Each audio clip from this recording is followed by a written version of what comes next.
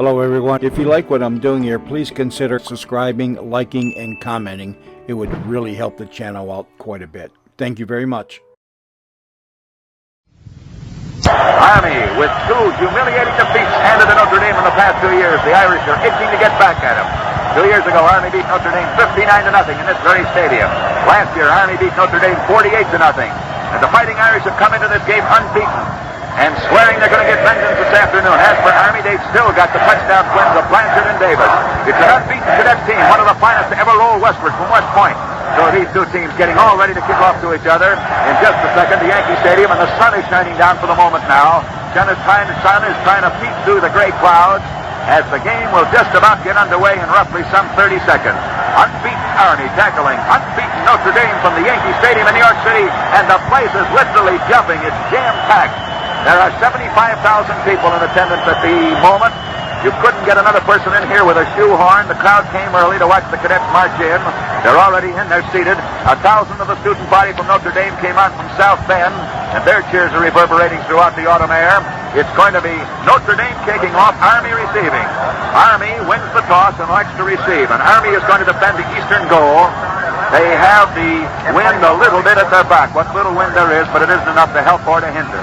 So it'll be Notre Dame kicking off, Army receiving, and holding for Notre Dame. Holding will probably be Lou Jack, and kicking for the Irish will be George Connor, a transfer from Holy Cross. And the game is just about to get underway, so settle back for an afternoon as unbeaten Army hits unbeaten Notre Dame. Both swear they're going to win today, and the ultimate winner undoubtedly will be the national champion after this game is over. Referee, Raleigh Barnum. He speaks to both captains and says, "Are you ready?" Just as though somebody told all 75,000 people to get up, get off their, well, just get up off the chairs. They all stand up and wait for this kickoff to rocket off the ground into the air. Army and Notre Dame, the Yankee Stadium, the temperature down in the 50s. It's a cold day, and that's a break incidentally for Army. It means the plate can keep his first team in most of the afternoon. He wanted to do it. Deepest for the Army are Blanchard and Davis. They're standing all the way back on the Army goal line. Holding for Notre Dame will be Johnny Lou Jack. Game is a little bit delayed, getting underway. The crowd is surged down onto the playing field. The police are beating them back. They got them back now. The kickoff will be coming in just a moment. The sidelines are jam-packed with humanity. George Connor comes forward. The game is underway, and the kick is up in the air. It's rolling down all the way to the Notre Dame 20-yard line. It's taken on the 20 by Arnold Tucker. He's up to the 25, up to the 30, up to the 35. Stays on his feet, goes to the 40. He goes all the way up to the Army 45-yard line before he's finally brought down. Arnold Tucker, quarterback of Army, carries the ball from the Army 20 up to the Army 45. He hurdles right through the center of the Notre Dame line. Notre Dame onto the defense, Army onto the offense. 1st and 10 for the cadets. Terry Brennan back in semi-safety position. He's starting at left halfback for Notre Dame. Backfield is Lou Jack, Sitko, Mello, and Brennan. That's the starting Notre Dame backfield. Army in their T formation. In motion this time is Glenn Davis. Ball is given to Blanchard. Blanchard into the center line. He fumbles the ball. The ball's rolling around, and it's recovered by Army. Barney Poole, left end of Army, recovers on the Notre Dame 49-yard line. Glenn Davis fumbled that ball. He had handled it to Blanchard. Blanchard let it slip out of his hands for a minute. He tried to heave a lateral to Davis. Davis couldn't get his mitts anywhere near the ball. The ball squirted away from him, and Barney Poole, the left end of Army, recovered. So it's still the cadets' ball in the first fumble of the afternoon. Ball has been advanced on that play. Approximately 6 yards. Call it a fumble play, if you will, but it counts. 10 seconds of playing time have gone by in the first period of the game from the Yankee Stadium, and Army is down in the Notre Dame territory thanks to a recovered fumble made by Army and recovered by the cadets. In motion this time is Rip Rowan going out to the left. Ball is given this time to Glenn Davis. Davis into the center of the line, and he gains very little. Hands it to Blanchard. There is very little gain on that play. Johnny Mastrangelo, the right guard of Notre Dame, comes in to make that stop. Actually, there was no gain on the play, but there's going to be a penalty. The red flag was dropped, the red handkerchief, and it looks like it's a penalty against Army. Looks like it is a penalty against Army for holding, which if true will be a 15-yard penalty. Referee is in now talking to the captain of the Army team. That's Johnny Lou Jack, asking him what he wants to do. Ball is resting on the Notre Dame 49-yard line. Here comes the penalty against Army. 1, 2, 3, 4, 5, 6, 7, 8, 9, 10, 11, 12, 13, 14, 15 yards holding on Army. Army is sent all the way back to their own 36-yard line. So Army had the ball a moment ago, 2nd and 4 on the Notre Dame 49-yard line. Thanks to that holding penalty, they now have the ball 2nd down and 18 yards to go. Make it 19 to go. Before they needed, in the 15, they just got penalized. Rowan deployed way out to the left. In motion this time is Blanchard. The ball is given to Davis. Davis comes over the short side of his line. He reaches the Army 40-yard line, goes to the 41. He's knocked down on the 41 by Johnny Lou, Jack Terry Brennan, and Jim Mello. All bring him down. That'll bring up the third down and still leave 13 yards to be gained. Army's ball. They picked up enough yardage for a first down, but they were penalized at 15 yards when they were detected holding. And so this game, with now almost 2 minutes of having gone by in the first period, finds the score Army nothing, Notre Dame nothing. And Notre Dame is playing a 5-man line with 3 men backing up that line. Davis and Blanchard doing the ball carrying to date. It is 3rd and 13. The Cadets ball deployed way out to the right as Rip Rowan on a wide open formation. Tucker behind the center in the D. In motion this time is Doc Blanchard. Ball goes back to Glenn Davis. He throws a ladder out to Blanchard. Blanchard is hit as he catches it. He's thrown for a loss. He's dropped back on the Army 39-yard line by George Strohmeyer, roving center of Notre Dame. A completed lateral tossed by Davis, caught by Blanchard. No gain on the play, a loss of 2 yards. It'll be 4th down coming up now, 16 yards to go. Army's ball, and back in safety position for Army. On the right is Emil Sitko. On the left is Terry Brennan. 2 safety men, and they're standing back on the Irish 25-yard line. In punt formation for Army is Glenn Davis. All-American Davis is standing back on his own 27. He'll boot from the 30. Army's in punt formation. It's 4th and 16. Here's the kick. It's up in the air. It's coming over towards Terry Brennan. Brennan is signaling he's going to take it. He lets the ball bound all the way down to the Notre Dame 20-yard line. And it's stopping on the 20. Terry doesn't even try to handle it. Terry Brennan very wisely realizing that he has to take a dangerously bouncing ball and try and run it up the field if he can get his mitts on it. Elects to let the ball roll. Actually, it didn't roll more than 2 or 3 feet after it hit the ground. Notre Dame ball, 1st and 10 on the Irish 20-yard line. Notre Dame out of the huddle. Army playing a 6-man line. 2 men backing up that line. Notre Dame in the T formation. Jim Mello in the fullback spot this time. He's deployed out wide to the right. Ball goes to Terry Brennan over to Emil Sitko. Sitko goes from the 21 to the 22 and then is knocked back to the 20-yard line. I don't think there was any gain on that play. Emil Sitko moves it forward to the 20-yard line. He fumbles in the pit. Army recovered on the Notre Dame 23-yard line. Sitko fumbled and Army recovered on the Notre Dame 23. It's Army's ball down on the Notre Dame 23-yard line. As Sitko, as he plowed into that line, let the ball get away from him. And Jim Enos, center of Army, recovered for the Cadets. Here's a running play. The ball is passed out to Doc Blanchard. He's going right to the front of his line. He's stopped for a loss. He started from the 27. He just about got back to the 26, but remember the line of scrimmage was the 24. So on that play, there was a loss of 2 yards. I hope you can follow this rapid fire. It has to be rapid. So much is happening. Notre Dame's Emil Sitko in the first running play for the Fighting Irish fumbled as he came through the center of the line. He had passed the 22. He fell forward to the 24. The ball squirted away from him. Gene-Enos, center of Army, fell on it. It was Army's ball. On the first running play, Doc Blanchard tried to skirt around his own left end, and he lost 2 yards. So it is now 2nd down coming up, 12 yards to go. Army's ball down on the Notre Dame 27-yard line. Army out of the huddle very quickly now. This is a golden opportunity for the Cadets. In motion this time is Davis. Tucker throwing a quick pass out to Davis. He's down to the 20, stays on his feet, and he's back down to the 19-yard line. Glenn Davis, fullback of Army, running it down to the 19-yard line as he takes a quick pass from Arnold Tucker. There's the first forward pass of the afternoon, and it's complete. It moves the Cadet team down to the Notre Dame 19-yard line. Terry Brennan, the left halfback, had to come up from almost the goal line to make that save, and he did it with a one-handed tackle which spun Davis around and dropped him to the ground.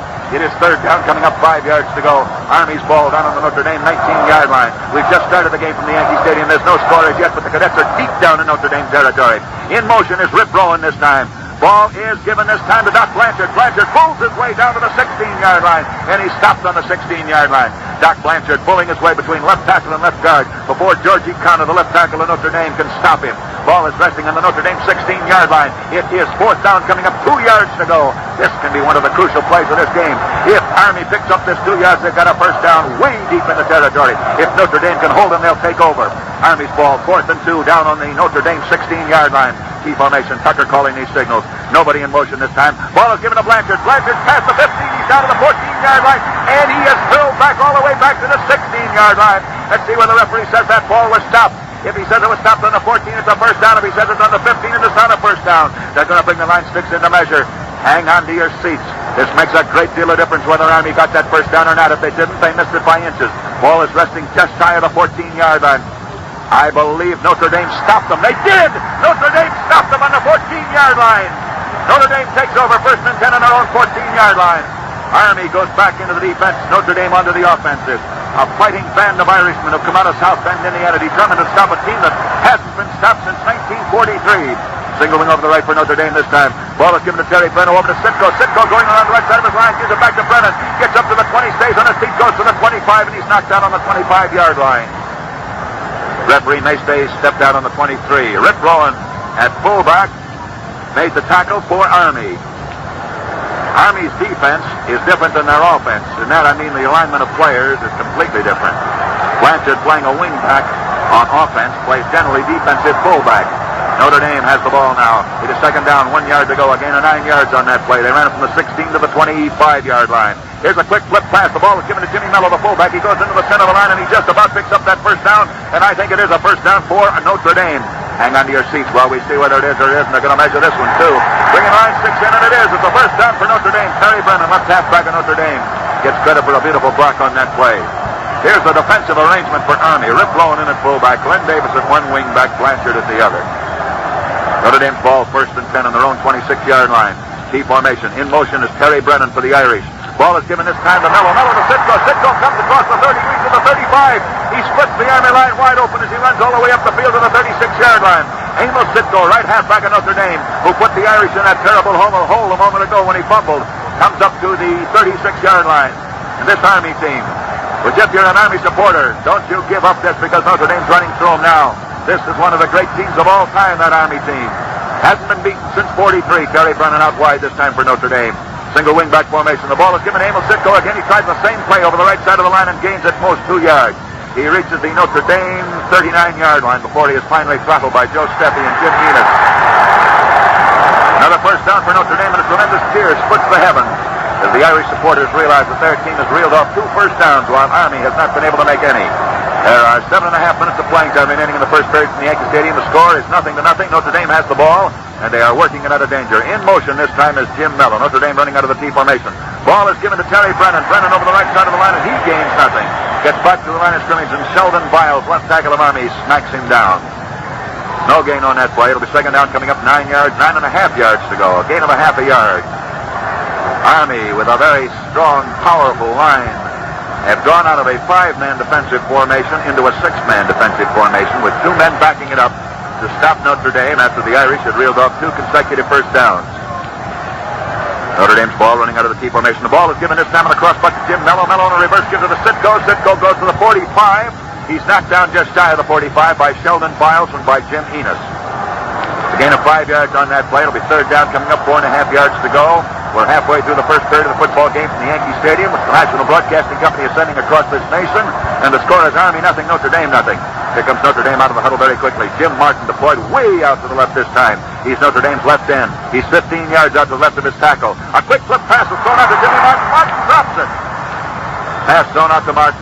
Whistle on the play. It wouldn't have counted had it been completed. But nevertheless, it wasn't even completed. So the ball is returned to the line of scrimmage. It brings up the 4th down, leaves 5 yards to go.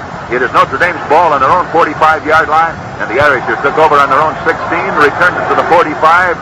So they're in much better shape than they were when they recovered this ball. Glenn Davis, left halfback of Army, goes back into safety position, as does Arnold Tucker. 0-0. Score halfway through the first period. Tucker deployed out to the left, Davis to the right. In the backfield of the Army, and kicking for Army will be Johnny Lujak on that weak ankle. Let's see what happens. He boots it, gets a nice kick up in the air. Waiting to take it is Mr. Glenn Davis. He takes it. Junior has it on the 20s, up to the 25, gets away from 2 men, stays on his feet, and he is finally knocked down as he comes all the way up to the Army 35-yard line.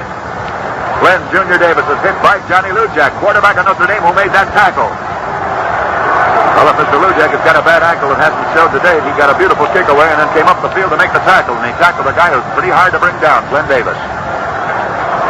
Here comes Army out of the huddle. It's their ball, first and 10 on their own 34-yard line. Army is running out of a modified single wingback formation. In motion is Blanchard this time. The ball is given to Davis. Davis breaks into the clear at the 40, stays on his feet, and is finally hit by a safety man on the 44 as he comes up the field for almost a first down. Glenn Davis runs off 7.5 big yards. Jim Mello, fullback of Notre Dame, playing safety for the Irish. Last man who could get him finally got him. Davis broke through the line, broke into the secondary, appeared as though he was going for a touchdown for the moment, as he looked like he might be headed for pay dirt into the clear. Jimmy Mello, defensive fullback for Notre Dame, actually playing safety man, was the last man who could get his hands on him, and he did. He stopped him after an 8-yard gain, and it's now Army's ball. Second down, 2 yards to go, and the ball is resting on the Army 43-yard line, and time has been called. First period of the football game from the Yankee Stadium. Army 0, Notre Dame 0. A very even game today. Here's a Notre Dame cheer from across the field with timeout. Let's listen.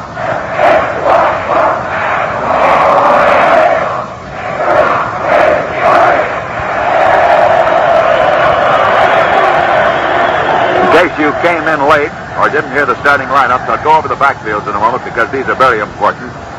For Army, the sensational touchdown twins, unanimously All-American on everybody's team. Glenn Davis and Doc Blanchard are both in the game. One's at the left wing back, the other at the right. Rip Rowan is in for Ugg Fusion at fullback. Fusion was hurt this week. Rowan is starting. Actually, Rowan is slightly the faster of the two. Arnold Tucker is in at quarterback. And just as we say that Rowan is in at fullback, Billy West comes in to replace him in the Army backfield. The Notre Dame backfield, Johnny Lujack, the man with a weak ankle, who made the newspaper headlines all week long as to whether he was or was not able to play today, is starting at quarterback. Emil Sitko's at right half, Terry Brennan at left, and Jim Mello at full. Marty Wendell has come in at center. George Strohmeyer has gone out. That's a change for Notre Dame. Other than that, the lineups remain as is.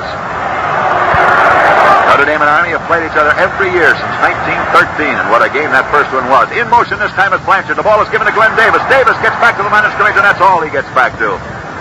Got back to the line of scrimmage, and he was stopped down the line of scrimmage by Billy Fisher, the left guard of Notre Dame. They had tried to mousetrap Fisher, pulled him into the center of the line, but whoever was to get him when he got in that trap didn't get him. He got out of the trap and spilled Mr. Davis. First game played between these two teams goes all the way back to 1913. It was the first forward pass ever seen in the East. A gentleman by the name of Mr. Gus Doré threw it, and a pretty well-known gentleman by the name of Newt Rockney caught it. Notre Dame beat the Army that afternoon on those passes. Singling over the right this time, Glenn Davis again. He gives it to Blanchard. Blanchard on a shovel pass goes into the center of the line, and he may have picked up a first down. It's very, very close to it. If you hear a terrific roar go up from the cadets, you'll know he did. It looks like he missed it by about 6 inches. They're going to bring in the line sticks now. Wait and see. If a big roar goes up from the Army side, you'll know that it is a first down. And it's going to be, I believe, about 6 inches shy of a first down. It is 6 inches shy of a first down. So it is fourth down for Army. 6 inches to go. Now, you quarterbacks, what would you do? A 0-0 ball game. Both your teams unbeaten. You're playing for the national championship of the United States, and you have a fourth down with 6 inches to go on your own 44.5-yard line. Would you take a chance on those 6 inches and maybe give it to Notre Dame if they hold you, or would you play it safe and kick? Army is going to gamble. They're going to run for it. Billy West in the fullback spot this time. Ball is given to West. It goes right to the center of the line. He picks up a first down for Army.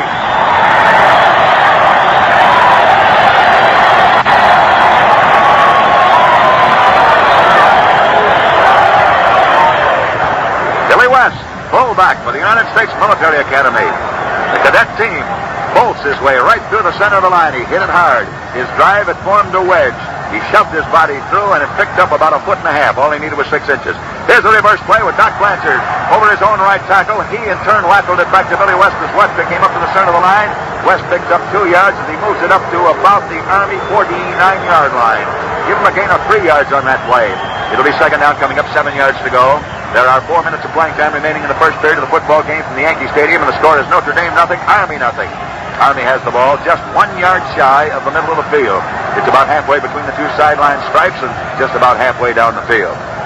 Billy West in the middle of the tee. It is Davis back for the forward pass. He pulls one over the center line to Barney Poole, the left hand of Army. And that is very close to a first down. It's a completed forward pass, and Barney Poole goes high into the air and catches it on the Notre Dame 44-yard line. He's hit immediately by Johnny Collin, the right tackle of Notre Dame. And they may measure this to see whether it's another first down for Army. Army reels off 2 first downs in a row. That means that Notre Dame has made 2 first downs in this period, and so has Army. Army is, for the second time this afternoon, down into Notre Dame territory. They recovered a fumble and got down there before. Now they're working their way down. Glenn Davis in motion. Ball is back to Tucker. Tucker back for the forward pass for Army. Throws it under flat. Incomplete. Intended for Barney Poole. Nowhere's near Mr. Poole. Poole goes high into the air, but he can't go high enough. Jimmy Mello, fullback of Notre Dame, is the only man who gets his fingers on it, and he bats it viciously down to the ground. Incomplete. Second down, 10 yards to go. The ball is resting on the Notre Dame 44-yard line. It's Army's ball. We have 3 minutes of playing time remaining in the first period, and the score is Notre Dame 0, Army 0. A jam-packed Yankee Stadium, 75,000 people. Largest crowd to ever see a football game in this city. Army's T formation, Glenn Davis in motion this time. Tucker takes the ball, gives it on a wide sweeping play, attempts to give it to Davis, keeps it himself when he sees that Davis isn't open. He swings around, tries to cut inside the right guard and right tackle. And he may have picked up a yard, but I don't think he did. Jim Martin, left end of Notre Dame, is the man who stopped him. It'll be third down coming up now. About 9 yards still to go. Give him credit for a 1 yard gain on that play. Army's ball. They have it on the Notre Dame 43-yard line. Notre Dame playing a 5-man line with 3 men backing up that line. Leahy's thrown a very unorthodox defense at these boys. Ball is back to Glenn Davis. Davis makes the ball pass. Instead gives it to Blanchard on the old Statue of Liberty. And Blanchard is thrown for a loss. He's dropped all the way back on the Notre Dame 45-yard line. Glenn Davis cocks his arm back as though he's going to throw a pass. He doesn't do it. Blanchard comes around behind him, takes it out of his outstretched arm, keeps on circling around the left end of the Army team. And Emil Sitko, right halfback of Notre Dame, comes sailing out of nowhere to tackle Blanchard and throws him for a 3-yard loss. So it will be 4th down coming up now, about 12 yards to go, and back into punt formation for Army. Kicking for Army will be Mr. Glenn Davis. He's standing all the way back on the Army 45-yard line.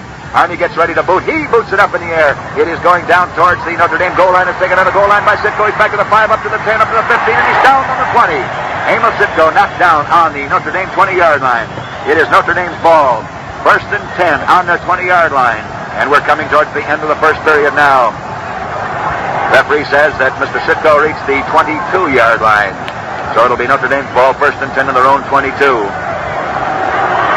Neither team's been able to gain consistently. They have an equal number of first downs. Deployed out to the left this time is Terry Brennan. He's some 15 yards out wide. Back for a quick forward pass, and the ball is batted down as Johnny Lujak. Lujak goes high into the air to throw it to Jack Silly, but he can't get it away. He just pitches the ball out of his grasp, and as he does, Sheldon Biles, left tackle of Army, hits the ball down to the ground before it even passes the line of scrimmage. So that play had no chance of being completed whatsoever. Sheldon Biles, left tackle of Army, knocks it down and knocks it down quickly. He's a 6'1" boy, and he just reached up and tapped it down. In the meantime, here's a quarterback sneak with Johnny Lujak carrying the ball himself. He squirms through the center of a whole pile of tacklers, comes underneath the line, submarining his way through, goes from the 22 to the 24, picking up 2 yards for Notre Dame before he's stopped by the center of the Army line. Joe Steffi, Jim Enos, and Art Jarametta. There's a minute and 5 seconds remaining in the first period of the football game from the Yankee Stadium. The score is still Notre Dame nothing, Army nothing. Notre Dame out of the huddle. Notre Dame playing in their Kelly G. green jerseys. Army resplendent in black jerseys with golden numerals. Terry Brennan out to the left this time. Johnny Lujak calling his signals. Lujak back for a pass for Notre Dame. He throws a long pass. It's a long one way up the field, and it's intended for Jim Martin. It's not good. Thrown all the way back from the 10. It comes all the way down to the Army 40. A 50-yard pass sails through the sky, and it is not good. Both Blake and Leahy getting ready to make multiple substitutions. We have about 45 seconds remaining in the first period of this game, and it looks like they're both going to start new teams for the second period. So get your pencils and erasers out if you're keeping up with these lineups. It is 4th down, 9 yards to go. Notre Dame's ball in their own 24. Johnny Lujak is back in punt formation. He is standing back on the Irish 15. He's going to boot. He does. He gets a beauty up in the air. Way back to take it is Arnold Tucker on the Army 25. He's back to the Cadets 30, up to the 35, stays on his feet, stays to the 40, gets to the 45, and he's knocked down on the 43-yard line. Arnold Tucker runs it all the way from the Army 20 up to the Army 43. And here comes some Army players out on the playing field just as they start across the field. Red Blake stands on his feet and says, wait a minute, boys, come on back here. Now they are running out. Here's a new Army team going into the game right now. There will only 30 seconds remaining to be played in this first period. Left end, Bob Folsom. Left tackle, Al Anderson. Left guard, Jack Ray. At center, Lives is going in at right guard, Frank Barnes. At right tackle, Harold Tamsel. At right end, Jim Roars. At quarterback, Arnold Gallifa. At left halfback, Jack Shelley. At fullback, Bill Gustafson. At right halfback, Billy West. West is the only one stays in. Notre Dame has not made their substitutions as yet. They may after the next play. They've got their boys all ready to go in. Army just substituted a new team with one exception. We called the players off as they came to the ball game. It is now Army's ball. First down, 10 yards to go with 25 seconds remaining in this first period of the football game. Davis is still in that ball game. Davis carrying the ball this time on his play. Squirms his way through the center of the line. Twisting and bobbing, and he goes all the way out to the Notre Dame 45 before he stopped. Glenn Davis still in that ball game. We had taken him out a moment ago, replaced him by Jack Shelley. Blake waved him back into the game. Davis went back into the ball game and carried the ball on that play and reeled it down to the Notre Dame 46-yard line. There's 5 seconds remaining in this period, and then this period may be all over. There's 3 seconds, 2 seconds, 1 second. There it is, end of the first period. Davis had trotted back onto the field after he'd been removed from the game by Earl Blake, coach of Army. He went back into the ball game and just picked up about 8 big yards for the Cadets on the first running play. Army's first string backfield is going back in now as the teams change sides. They were only out for about 15 seconds, so Davis, Rowan, Tucker, and Blanchard are all back in the ball game at the moment. They were only out for one play. As the teams change sides, let's listen to that Army band. Army on the field now, for today, get your troops in hand.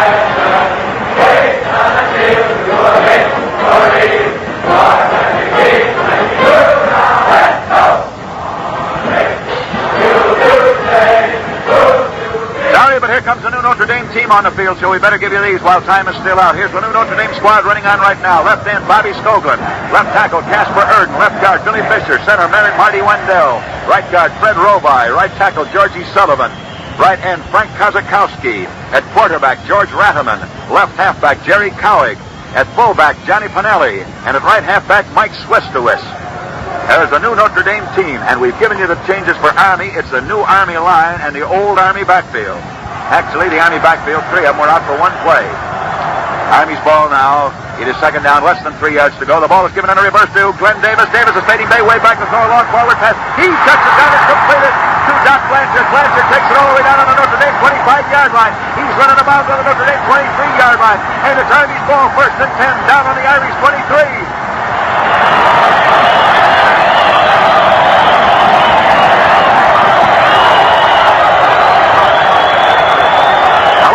That time, Junior Davis throwing, Doc Blanchard catching, and it moved the ball down to the Notre Dame 23-yard line.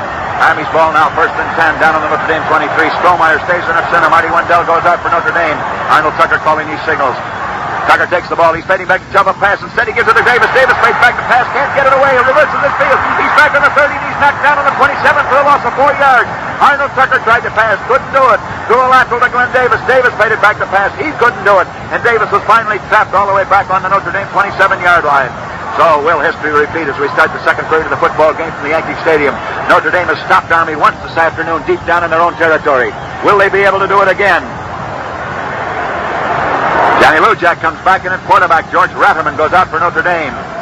Both the Frank Leahy and Red Blake refusing to take chances on a second-string backfield at such a crucial moment. Army's first stringers are all in there now, all the backs. They got a second-string line, and it's a fumble in the Army backfield. Glenn Davis picks it up, throws it out in the front, and sends it for Bob Folsom. Folsom can't go high enough. Incomplete. Glenn Davis, for a moment, looked like he might have made a fumble in the backfield. The ball started to squirt away from his arms. As it did, he grasped it himself and didn't let the ball touch the ground, so actually there was no fumble. Here comes that Army first-string line back into. Blake is taking no chances. Army's first-string line going back on the playing field right now. That puts that line almost back the way it was before. We'll call them out for you when they make their changes and we see exactly who's going in for whom. It'll be Barney Poole back in at left end. Sheldon Biles at left tackle. Al Tafsel may stay in at right tackle. Frank Barnes at right guard. Billy Ullman stays in at center.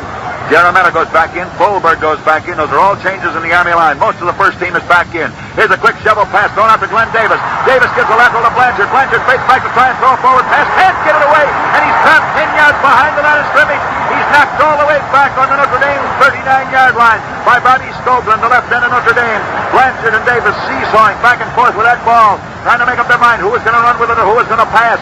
Neither one passes, and for the second running play in a row, this Notre Dame team, which refuses to let Army get too deep in its territory, is pushing Army backwards. It is now 4th down, 24 yards to go. Army's ball on the Notre Dame 39-yard line. Back in safety position for Army is Ashbo. Russ Ashbo comes in for Swistowitz. He's standing all the way back, almost on the Notre Dame goal line. Kicking is Davis. Davis boots it high in the air, waiting to take it to Jerry Cowig. Cowig takes it on the Notre Dame 5. He's up to the 10, the 15, and he is knocked back to the 12. Jerry Cowig, left halfback of Notre Dame, took that catch almost on the goal line. So it's Notre Dame's ball, first and 10 on the Notre Dame 20. Well, let's call it on the Notre Dame 13-yard line. Bryant comes in at right tackle. Art Jarametta is back in at right guard for Army. Both squads have got their first team backfields almost completely back into the ball game. The only change might be Army has a few second stringers still left in that line, but not many. We'll go down this Army line in just a second. In the meantime, it's Notre Dame's ball. Johnny Lujack calling these signals.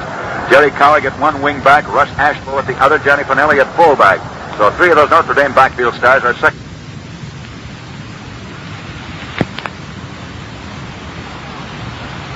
Down on the 18-yard line. He comes from the 13 to the 18-yard line, a gain of at least 5 yards on that play. Maybe a little bit longer. Let's see where the referee puts that ball down. He puts it a little closer to the 19-yard line for a gain of 6 yards on the play. So it will be Notre Dame's ball, 2nd and 4. Army, Hank Folberg's in at right end. Goebel Bryan at right tackle. Art Jarametta at right guard. Jimmy Enos at center. Joe Steffi at left guard. Sheldon Biles at left tackle. Barney Poole at left end. Tucker's at quarterback. Rowan's at right half. Blanchard's at left half. Davis is at full. Army's first team is back in the game. Billy Gompers comes in at right halfback for Notre Dame. Johnny Lujack calling these signals. Lujack back, fakes the throw, pass, elects to run with the ball himself, stays on his feet, goes from the 20 up to the 24-yard line, and he's knocked down on the 24. Twisting and bobbing as he weaves his way on a complete spinner play, which found him faking it to give it to Jerry Cowley. He didn't. He kept it himself. He reels off a first down for Notre Dame. It is Notre Dame's ball, 1st and 10 on their own 24-yard line. Score of this game is Notre Dame nothing, Army nothing.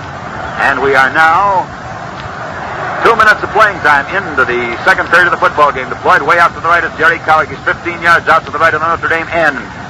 Johnny Lujack here's the ball this time to Gompers. Gompers into the center of the line, and he is hit by a stone wall of tacklers. Janametta, Jimmy Enos, Joe Steffi. The entire center of the Army team stop him cold. Gain of 1 yard on that play. Red Blake getting ready to put back his second team. He's getting ready to move in his second team line. He probably will keep back a first team backfield, but a second team line. At the moment, he's got the whole Army first team in. Notre Dame's ball. It is 2nd and 9 now. Lujack calling these signals. He shovel passes it to Jerry Cowley. Cowley coming around the short side of the line, stays on his feet, goes past the 30, steps out of bounds on the 33. Jerry Cowley runs it up to the 33. And that's a gain of about, well, we'll call that a good 6-yard gain. A gain of 1 yard on the previous play and 6 on this makes a total of 7. Leaves him still between 2 and 3 yards shy. Jerry Cowley on a spinner, moving around from the left side of the line, cutting just outside his own right tackle, and staying just in bounds. Moves the ball up to the Notre Dame 33-yard line, where it is now 3rd down, less than 2 yards to go, about 2.5 yards to go.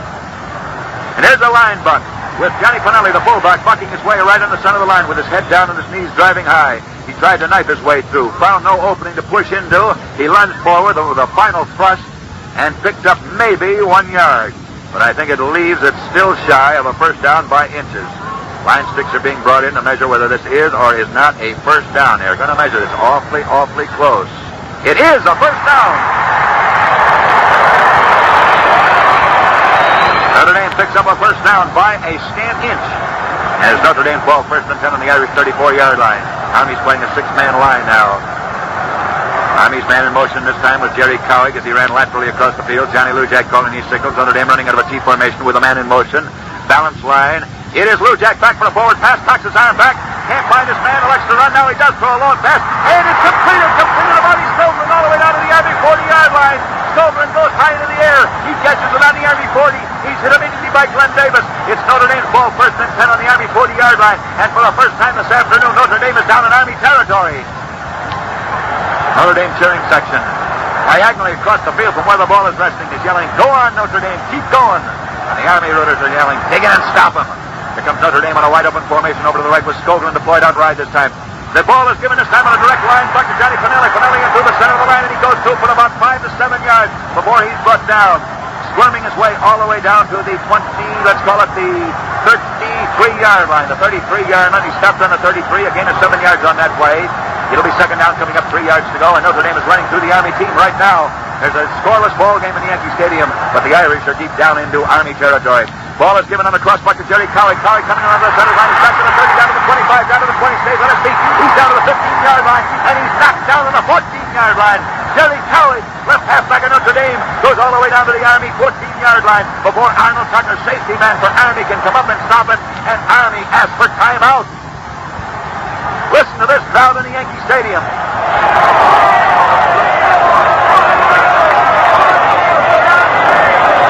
Time has been called. And Blake, who was about to make wholesale substitutions a moment ago, decides to bank on his first team. He can't take them out now. Notre Dame has the ball down on the Army, call it the 13.5-yard line. First down, 10 yards to go. And so that our stations may properly identify themselves across this nation and overseas as well, we pause briefly for station identification.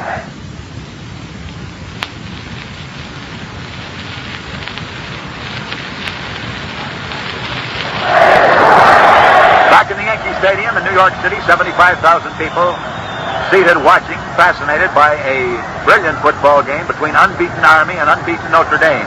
Army has had 2 scoring opportunities already this afternoon. They have not been able to prevail upon either one of them to make them good. Notre Dame has its first scoring opportunity at the moment as they've driven all the way down to the Cadets' 13.5-yard line with a first down and 10 yards to go. We have 11 minutes of playing time remaining in the first half of the football game. The score is Army nothing, Notre Dame nothing. This is Bill Stern speaking from the Yankee Stadium. Time is out. The Army band strikes up and strikes down just as quick as they do. We're just about to go down there to pick up an Army cheer, and here comes one dime. Time is still out. Let's listen. Chime is back in now. Red Blake is changing his defense. He's been playing a 5-man defense. He goes into a 6-man line. Deployed way out to the right this time is Jerry Cowig. Johnny Lujack calling these signals for Notre Dame. Notre Dame, Johnny Lujack back through a forward pass. He throws it completed down to the 10-yard line. It's caught immediately by Cowig, who's deployed way out to the right. He catches it on the 10, and he's knocked down immediately on the 10 by Arnold Tucker. A completed forward pass is good for 3.5 yards. It'll be second down coming up now. Notre Dame's ball. 6.5 yards to go for the first down. 10 yards to go for the touchdown. Been a long time since the Irish have gotten one. Are they going to get one today? They didn't score in 44, and they didn't score in 45. Cowig out to the right. Lujack calling these signals. Johnny back for the pass. Instead of passing it, he gives it to Johnny Finelli, the fullback, and Finelli drives forward to about, I believe, the 6-yard line. That's awfully close to being a first down. They may measure this to see whether it is or is not. Ball is resting on the 5-yard line. Ball is all the way down to the Army 5-yard line, and it is 1 yard shy of a first down. So it is third down, 1 yard to go. Army is using 2 centers in now. Billy Yeoman and Jimmy Enos both backing up the center of the Army line. It is third down, 1 yard to go. Jerry Cowig in the tailback this time. An attempted quarterback sneak this time with Johnny Lujack trying to carry the ball. He may have gone to the 4-yard line, and they're going to measure to see whether this is or is not a first down. 4 yards away from the Irish is a potential touchdown. They're going to bring the line sticks in to measure this to see whether it is or is not a first down. It is not a first down. It misses it by inches. It is fourth down. About 12 inches to go for a first down. 12 inches to go for the first down. The ball is resting on the Army 4-yard line. This is the play that can mean the whole ball game. Notre Dame settles back now. Johnny Lujack quicks a flip pass to Jerry Cowig. Cowig going on the other side of the line. Laterals it over to Billy Gompers. Gompers is back to the 4, the 3-yard line. He's knocked out of bounds on the 3, but there's a flag on the play. Hang on to your hat. He picked up enough yardage for a first down, but there's a clipping penalty on that play. There's a clipping penalty on that play, and it all depends upon who it's called against. See who that is called against. He had run the ball down to the 3-yard line, which was enough. It was the 1 yard they needed for a first down, but it depends upon who that penalty is called against. Clipping is called against. See exactly who it is. It's called against Notre Dame. It is called against Notre Dame. Army refuses the penalty. It nullifies the gain made on the play, and Army takes over first and 10 on their own 4. Army's ball, first and 10 on their own 4, thanks to a penalty which nullifies the last play, takes back the gain which was made by Notre Dame, which would have earned them a first down, and gives the ball over to Army because that was a fourth down coming up. Army naturally refuses the penalty because by taking the 15-yard penalty, they'd have given Notre Dame another down. They didn't want to do that, and they wanted the ball. They got it. It's Army's ball, first and 10 on their own 4. Yeomans is out. Enos is in at center for Army. Billy West is in at right halfback. Here's a running play with West carrying the ball for Army. He moves it from the 4 up to approximately the 8-yard line. And it's Army's ball now, second and about 6 yards to go. Army deep back on their own. Well, let's call that the 9-yard line instead of the 8-yard line. Again, a 5 yards on that play. It's Billy West, the right halfback of Army, bolts his way between right guard and center. Notre Dame with a golden opportunity loses the ball 4 yards away from a potential touchdown. Army running out of the T formation. In motion this time is Mr. Blanchard. Davis carrying the ball. Davis moving over the short side of the line. He crosses the 10-yard line. Is hit down on the 12-yard line. A gain of about 3 yards on that play. Joe Signiago, the left guard of Notre Dame, who just came in at left guard, incidentally, and Casper Erdens, the left tackle of the men who stopped that play. It will be third down coming up now. It was a gain of 1 yard on that play, so it'll be 4 yards to go. Army's ball. They come out of the huddle, 3rd and 4. They're going back into a punt formation. Billy West is standing all the way back in the Army end zone. He's standing 1 foot in the end zone. He'll probably kick from the goal line if he's going to kick. He does. He's kicking on a third down. He boots it up the field. It's not a particularly brilliant kick. It rolls up to the middle of the field. It's taken by Jerry Cowig of Notre Dame on his own 50. He's trying to get away from one tackler. Can't do it. And he's hit down on the Army 48-yard line. Jerry Cowig takes it on the 50 and is knocked down on the Army 48. So, that clipping penalty stopped Notre Dame from having a first down on the Army 3-yard line. And on the exchange, or rather on the punt made by Army on the third succeeding play, the Cadets booted the Irish all the way back to the 49-yard line, where it is now Notre Dame's ball, first and 10 on the 49-yard line, and it's Army's 49, although it's Notre Dame's ball. Cowig in motion this time. Lujack back for the forward pass. He throws it incomplete. Johnny Lujack throwing for Bob Skolgren. He can't hit Skolgren. The ball comes closer to hitting Billy West, the right halfback of Army. Incomplete. We have half of the second period remaining to be played. And the score is Army nothing, Notre Dame nothing. The game reaching you from the Yankee Stadium in New York City. Temperature is down in the 50s. Sun is trying to come through. It was a murky day, but it's cleared up now. There's no breeze to stop either team. Cowig in motion this time. Lujack back for another pass for Notre Dame. He throws it incomplete. He throws it to Jerry Cowig, the left halfback of Notre Dame. One of those short passes right over the center of the line. It is not good. So the ball is returned to the line of scrimmage, and that will bring up the third down. Still leave 10 yards to go. 2 incomplete passes. Barney Poole, left end of Army, dropped back on that play and knocked that ball down. Incomplete.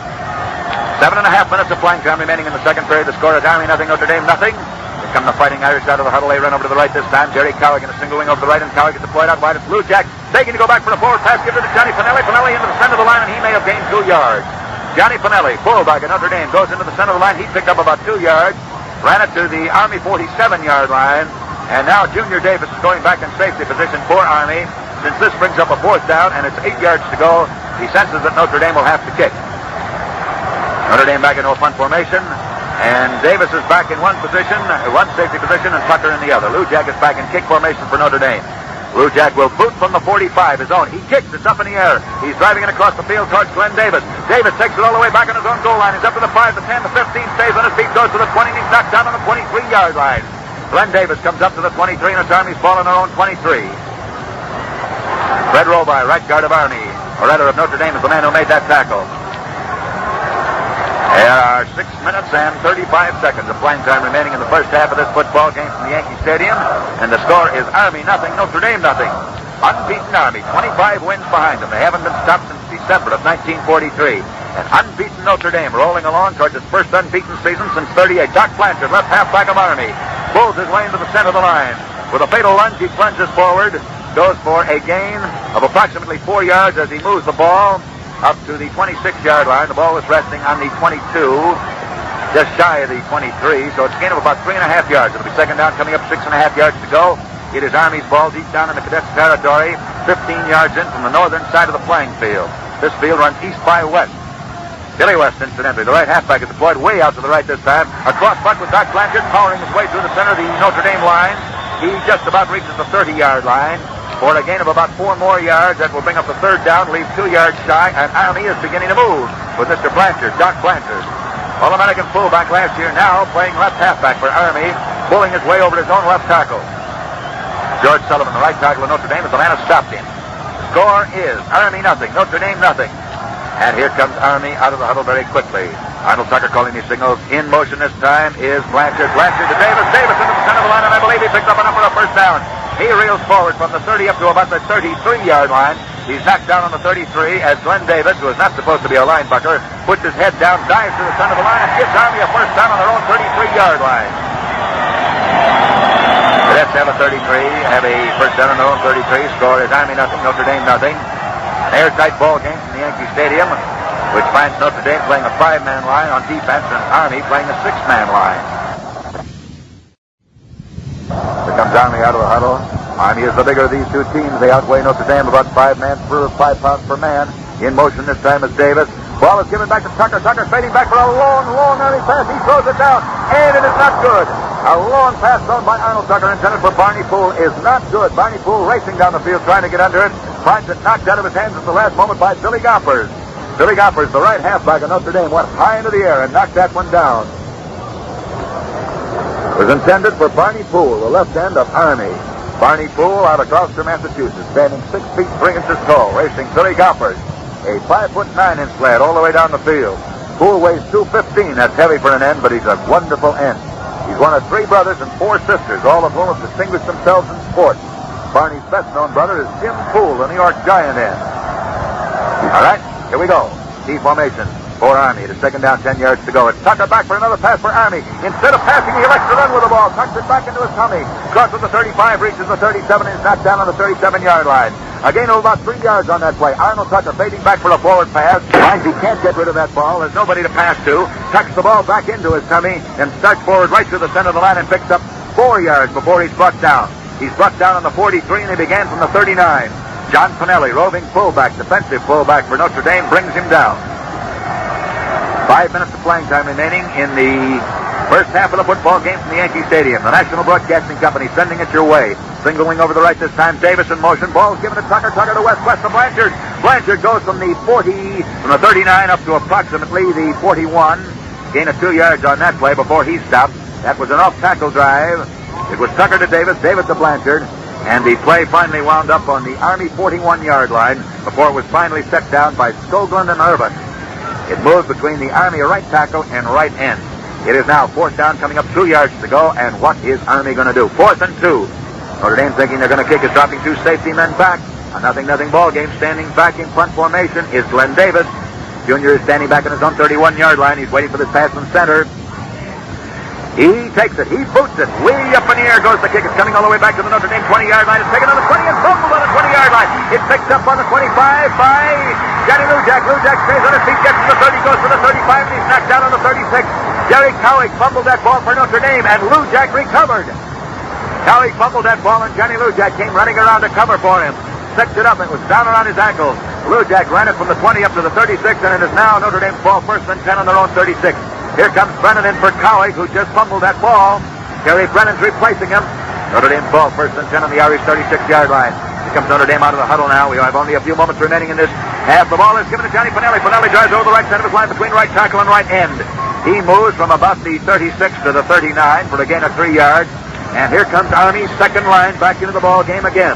We'll call these out for you. A moment ago, we gave them to you. Here they are. Jim Roars comes back in at right end. Harold Tavzell comes in at right tackle. Roy Drury at right guard. Billy Yeomans is in at center. Jack Ray at left guard. Alex Anderson is in at left tackle. And Tommy Hayes at left end. The backfield stays exactly as it was. That's Tucker, Blanchard, West, and Davis. Army puts a new line into the game, but they have their second string line in and their first team backfield. There's some changes for Notre Dame. Jack Zilli comes in at right end. Frank Kazakowski goes out. So both of these teams have their second string lines in. Jim Martin's in at left end. Skoglund is out. Notre Dame and Army both have the second team lines on the field and both have their first team backfield. 2 minutes and 30 seconds remaining to be played in the first half of this football game. It's Notre Dame's ball, 2nd down, 7 yards to go on the Irish 39-yard line.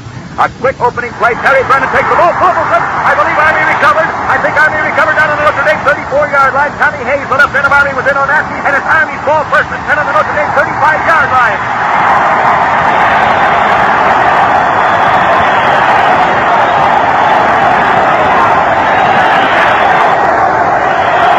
There's the break that Army may have been waiting for. Army's ball, 1st and 10 on the Notre Dame 35-yard line with 2 minutes remaining to be played in the first half. Notre Dame has throttled Army so far twice when they've been down there. Will they be able to do it again? This time it is Blanchard in motion. The ball is given to Glenn Davis. Jr. tries to block his way through the center of the line, and he gains at most 2 yards. He goes from the 35 to the 33. Jim Martin, left end of Notre Dame, is the man who stops him. A gain of 2 yards on that play. Blanchard's in at one of the wingbacks. Davis at the other. Billy West is in at fullback, and Arnold Tucker is calling the signals. Time, I think, may be called by Army. 1 minute and 45 seconds remaining in the first half of the football game from the Yankee Stadium, and Army playing alert, smart, heads-up football. Recovers the fumble on the Notre Dame 35 and has a golden opportunity. 33 yards ahead, live a touchdown. Billy Yeomans goes out. Livesay comes in at center for Army. Tucker calling these signals. Let's see who's going to be in motion this time. It's Davis in motion. Tucker back for a forward pass. He throws it out, and it's not good. Intended for Jim Roars. It was not good. Arnold Tucker passing. Jim Martin, the left end of Notre Dame, knocks the ball down. Incomplete. Arnold Tucker fading back to throw a pass. It is 3rd down, 8 yards to go. The ball is resting on the Notre Dame 33-yard line. Russ Ashborough comes in at right halfback for Billy Gompers for Notre Dame. Notre Dame backfield is Lujak, Brennan, Ashborough, and Pinelli. Here comes Army out of the huddle now. There's 1 minute and 35 seconds remaining in this half. It's Army's ball. 3rd down, 8 yards to go on the Notre Dame 33-yard line. It's Tucker back for the forward pass for the Cadets. He cocks his iron back, and his ball is not good. Intended this time for Tommy Hayes, the left end of Army. High into the air goes Hayes. He's knocked down, and so is the play. Tommy Hayes, standing 6 foot 1 inch tall, weighing 200 pounds out of Hastings, Nebraska, has the ball knocked right out of his grasp by Terry Brennan, the left halfback of the University of Notre Dame. Terry Brennan, 6-footer, 175-pounder from Milwaukee, Wisconsin. He's only a 17-year-old lad. He was an honor student in his first year at Notre Dame. He loves to play the piano. He really tickled the ivories that time, and incidentally tickled the hearts of every Notre Dame fan when he knocked that pass down. Jim Roars goes in at right end for Barney Poole at right end for Army. Arnold Tucker fading back this time for another pass for the Cadets. It is 4th down, 8 yards to go. There goes a long Army pass. It's going all the way down to the goal line, and it's not good. Intended for Tommy Hayes. It is not good. Notre Dame takes over. 1st and 10 on their own 34-yard line. Russ Ashborough faded back and knocked that pass down. Army's passing attack is not good. Here's a change at right end for Army. Barney Poole coming in. And so Notre Dame takes over with 1 minute and 30 seconds remaining to be played. Notre Dame picked up 2 yards, but they were still shy 8 yards of what they needed to get a first down. And so the golden opportunity that the cadets from West Point had found themselves suddenly when they found themselves suddenly in possession of the ball, thanks to a recovered fumble, has now evaporated into thin air. The opportunity is gone. Notre Dame has the ball 1st and 10 on the Irish 33-yard line. Johnny Pinelli is in at fullback. Johnny Lujack at quarterback. Time has been called with a minute and a half remaining in the first half of the football game. The cadets start to sing, the band starts to play, and we start to listen.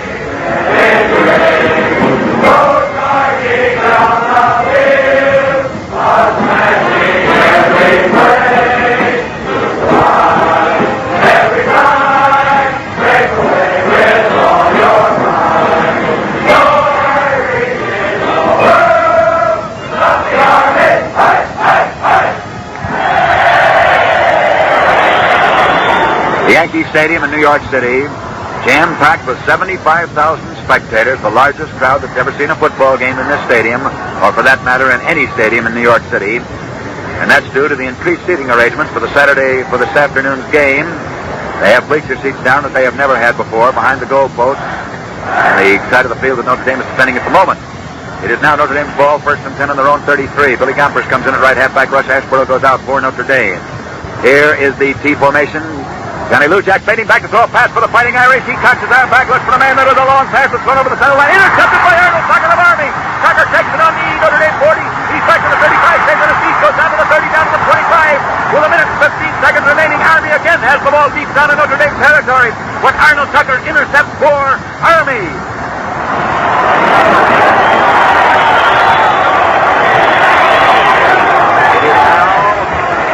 Ball. The ball is being brought up the field to the Notre Dame 44-yard line. They claim that Tucker, when he made that pass interception, stepped out of bounds on the 44.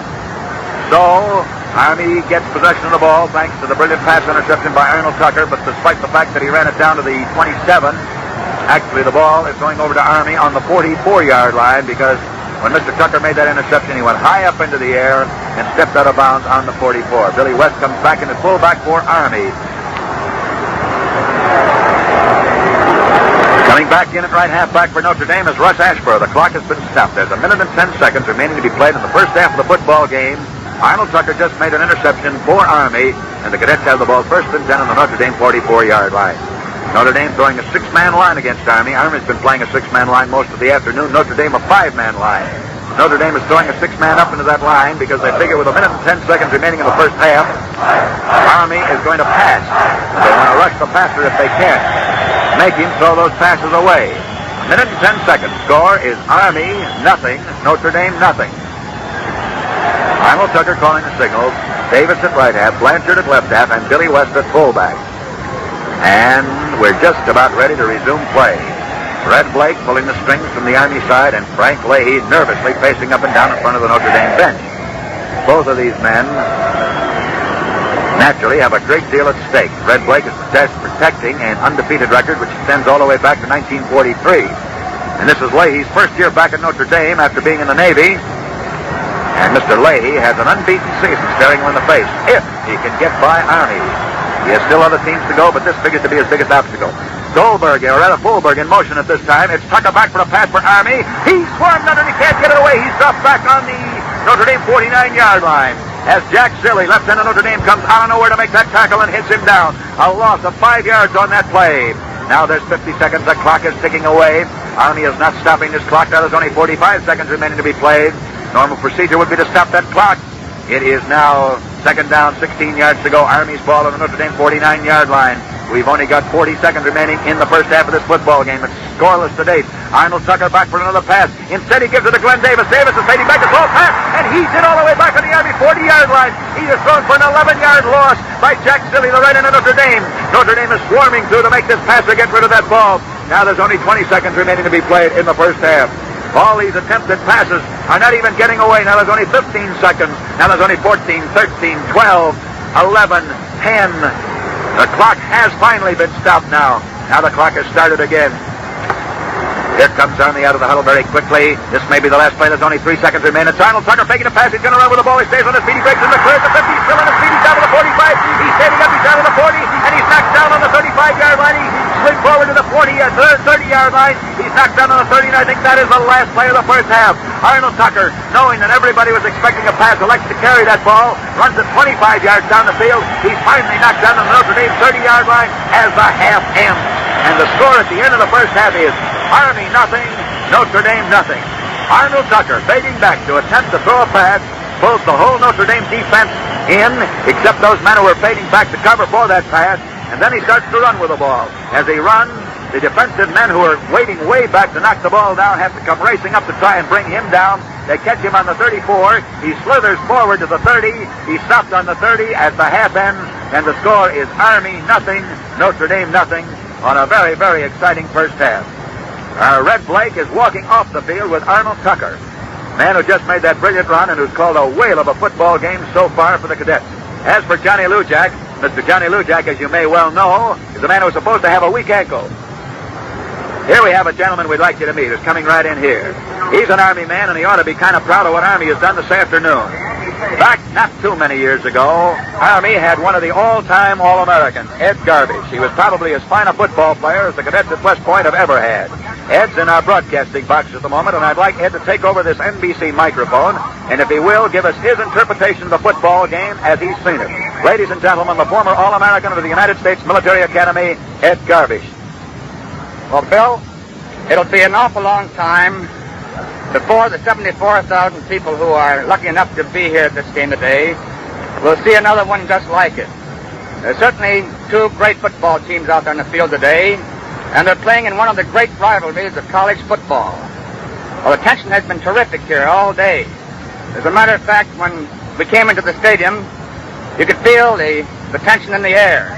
And that tension grew greater as the two teams were practicing out in the field. And it really didn't stop growing until both the Army and Notre Dame had fumbled one time in the early part of the game. Well, the tension is still here, and the play has been terrific all afternoon. It's pretty hard to pick out which team is the greater at this time because they're both playing top-notch football. The line play has been terrific. The tackling has been fierce and the blocking ferocious, but the game has been a clean one. Up to now, I believe Army can be very proud of the showing its team has made.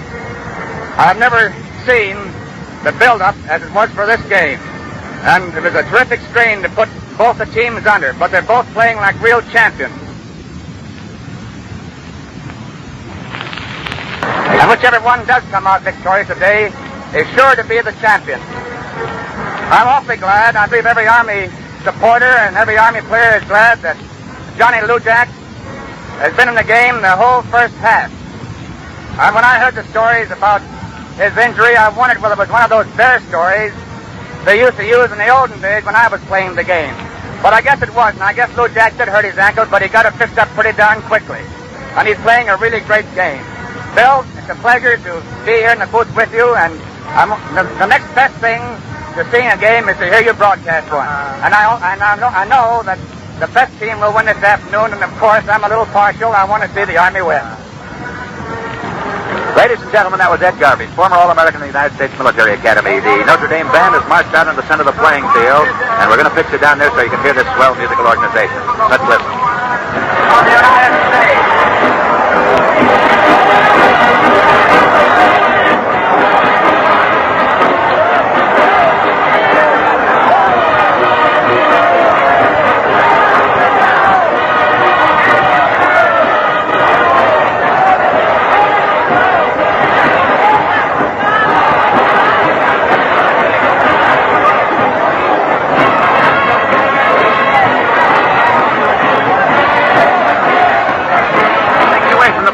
Just to tell you what they're doing. The Notre Dame band has formed a huge compass in the center of the field. As the hand points to the north, they played the Indian dance. Now the hand is pointing to the east, and they're playing the sidewalks of New York. As they reach the south, as the hand points to the south, they'll play Are You from Dixie? And as the hand points to the west, they'll play Home on the Range. Let's listen, and now you'll know what they're doing.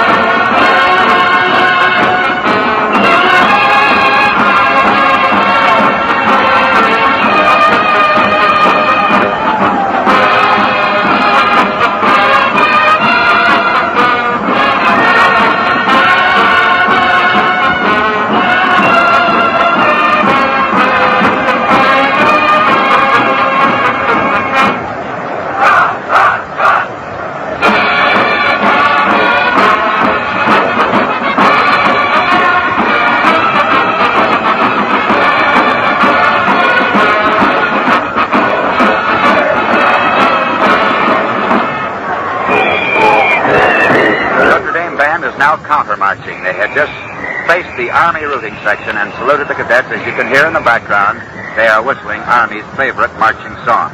Now the Notre Dame band, which was formed in a complete circle of a compass, is counter-marching, still playing the Army marching song.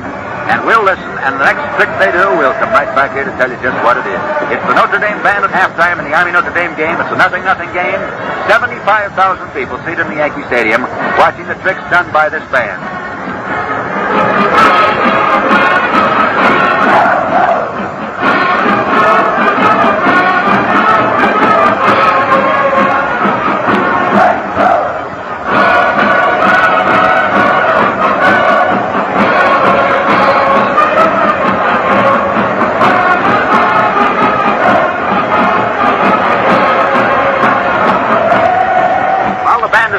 Marching away from our NBC microphones, they're playing the Song of the Vagabond, marching down towards the western goal line, the goal line which was just a moment ago threatened by an Army team, but successfully defended by Notre Dame. May I tell you, it's halftime at the Yankee Stadium, and we're coming back here in just a moment to bring you more of a bird's-eye picture of what's going on, but in the meantime, across this nation, so that our station may properly identify themselves, we pause for station identification.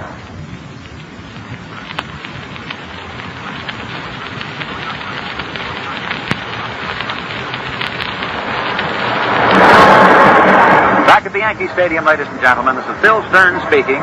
It's Army nothing, Notre Dame nothing. We're halftime between the game now, or rather between the halves of the game. The Notre Dame band is parading, and at the moment playing Tura Lura Lura as they march down underneath what was the Irish goal post. Perhaps we can listen and hear them.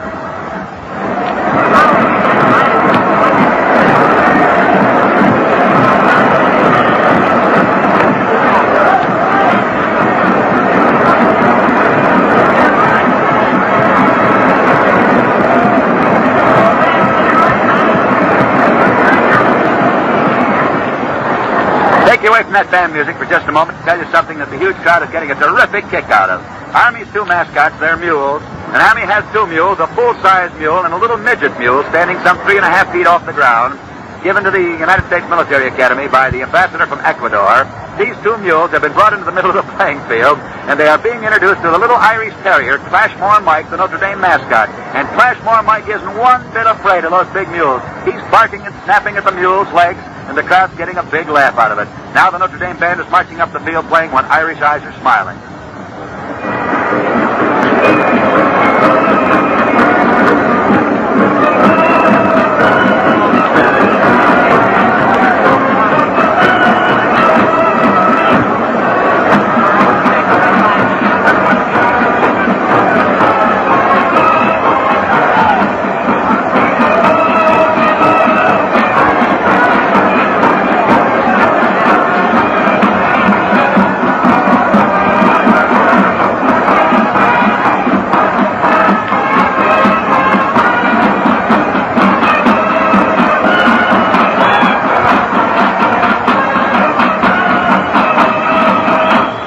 Notre Dame band is spelled out I-R-I-S-H, and they are now facing the Irish routing section. And they're playing the famous Irish song, When the Irish Backs Go Marching By. Let's listen.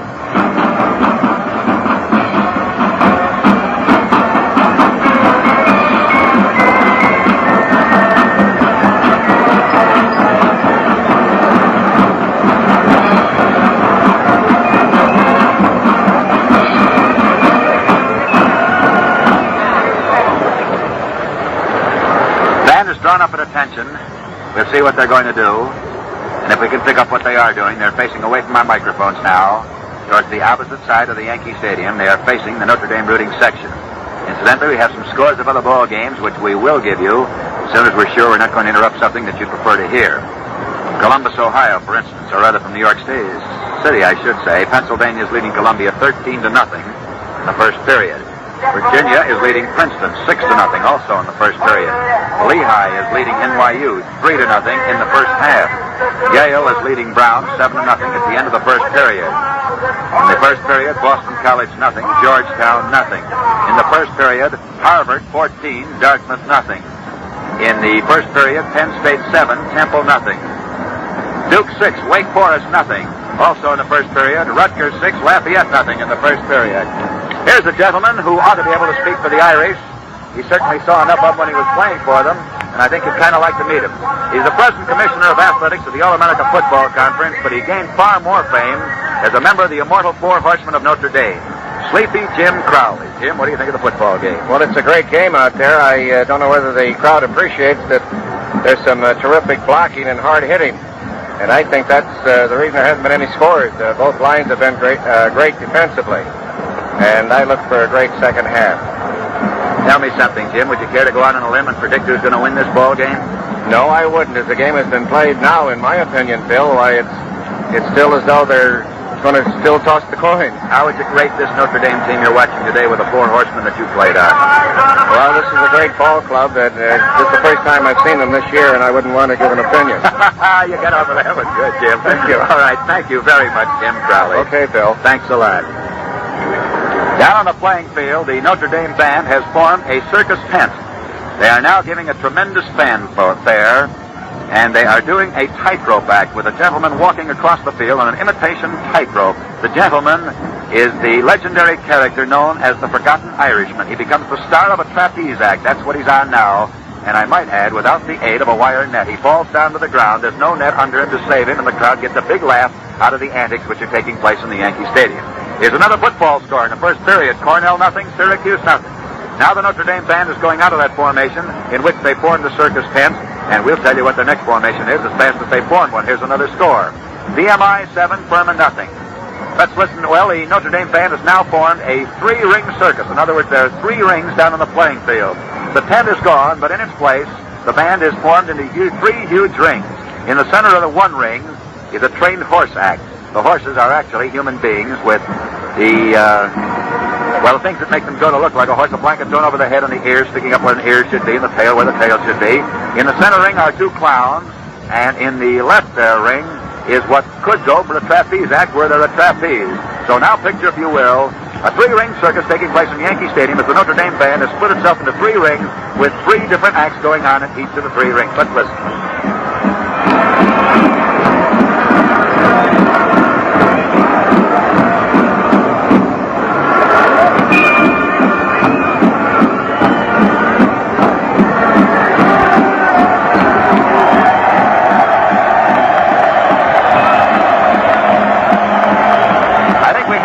Away from it. The Notre Dame team has come out on the field, closely followed by the cadets from the United States Military Academy, which signals that we're just about ready to start the second half of this football game. Actually, we have 1 minute and 5 seconds before the game itself will be called.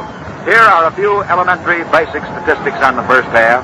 In first downs, the Army made 4, Notre Dame made 5. Army tried 10 passes and completed 3. Notre Dame tried 8 and completed 2. Neither team was able to score. Both teams are back on the playing field, and here's one more score. Case 6, Carnegie Tech nothing in the first period. Notre Dame's starting lineup for the third period will be exactly as it was for the start of the football game. Red Blake has not sent his team out on the field, and as soon as he does, we'll call that off. Chances are he'll be starting his first club too, which will be Hank Bolberg at right end, Goebel Bryant at right tackle. Where they go out on the field now, and this is it. Art Jeramet at right guard, Jim Enos at center, Joe Steffi at left guard, Sheldon Biles at left tackle, Barney Poole at left end, Arnold Tucker at quarterback, Junior Davis at fullback, Rip Rowan at right half, and Doc Blanchard at left half. Notre Dame's starting lineup for the second half will be left end, Jim Martin, left tackle, Georgie Connors, left guard, Bill Fisher.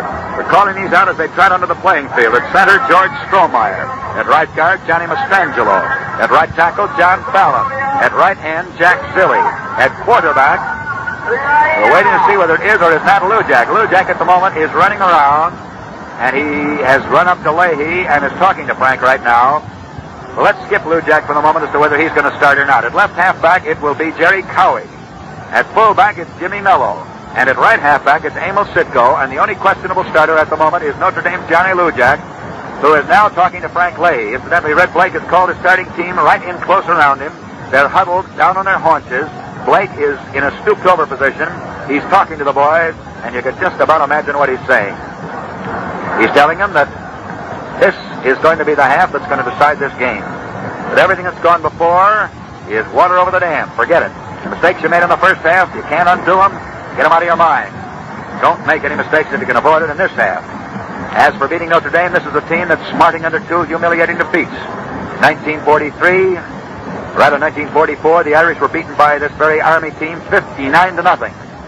And last year, on this day of days, the Fighting Irish went down to an insufferable defeat, insufferable for Notre Dame, on the long, or rather short end of a 48-0 count. And you can just tell Blake, or rather you can be sure that Blake is reminding his boys that Notre Dame is going to do everything within her power to make Army eat crow today. And as for Blake, I'd almost take a guarantee that one of the last things he said to his boys was, don't forget last year. This is the day they've been waiting for, both of them. They come into this game, they came into the game with their records unblemished. They have absolutely nothing to hinder them. They're throwing the works at each other. Up to today's game, both had a hold back. They had to play under wraps.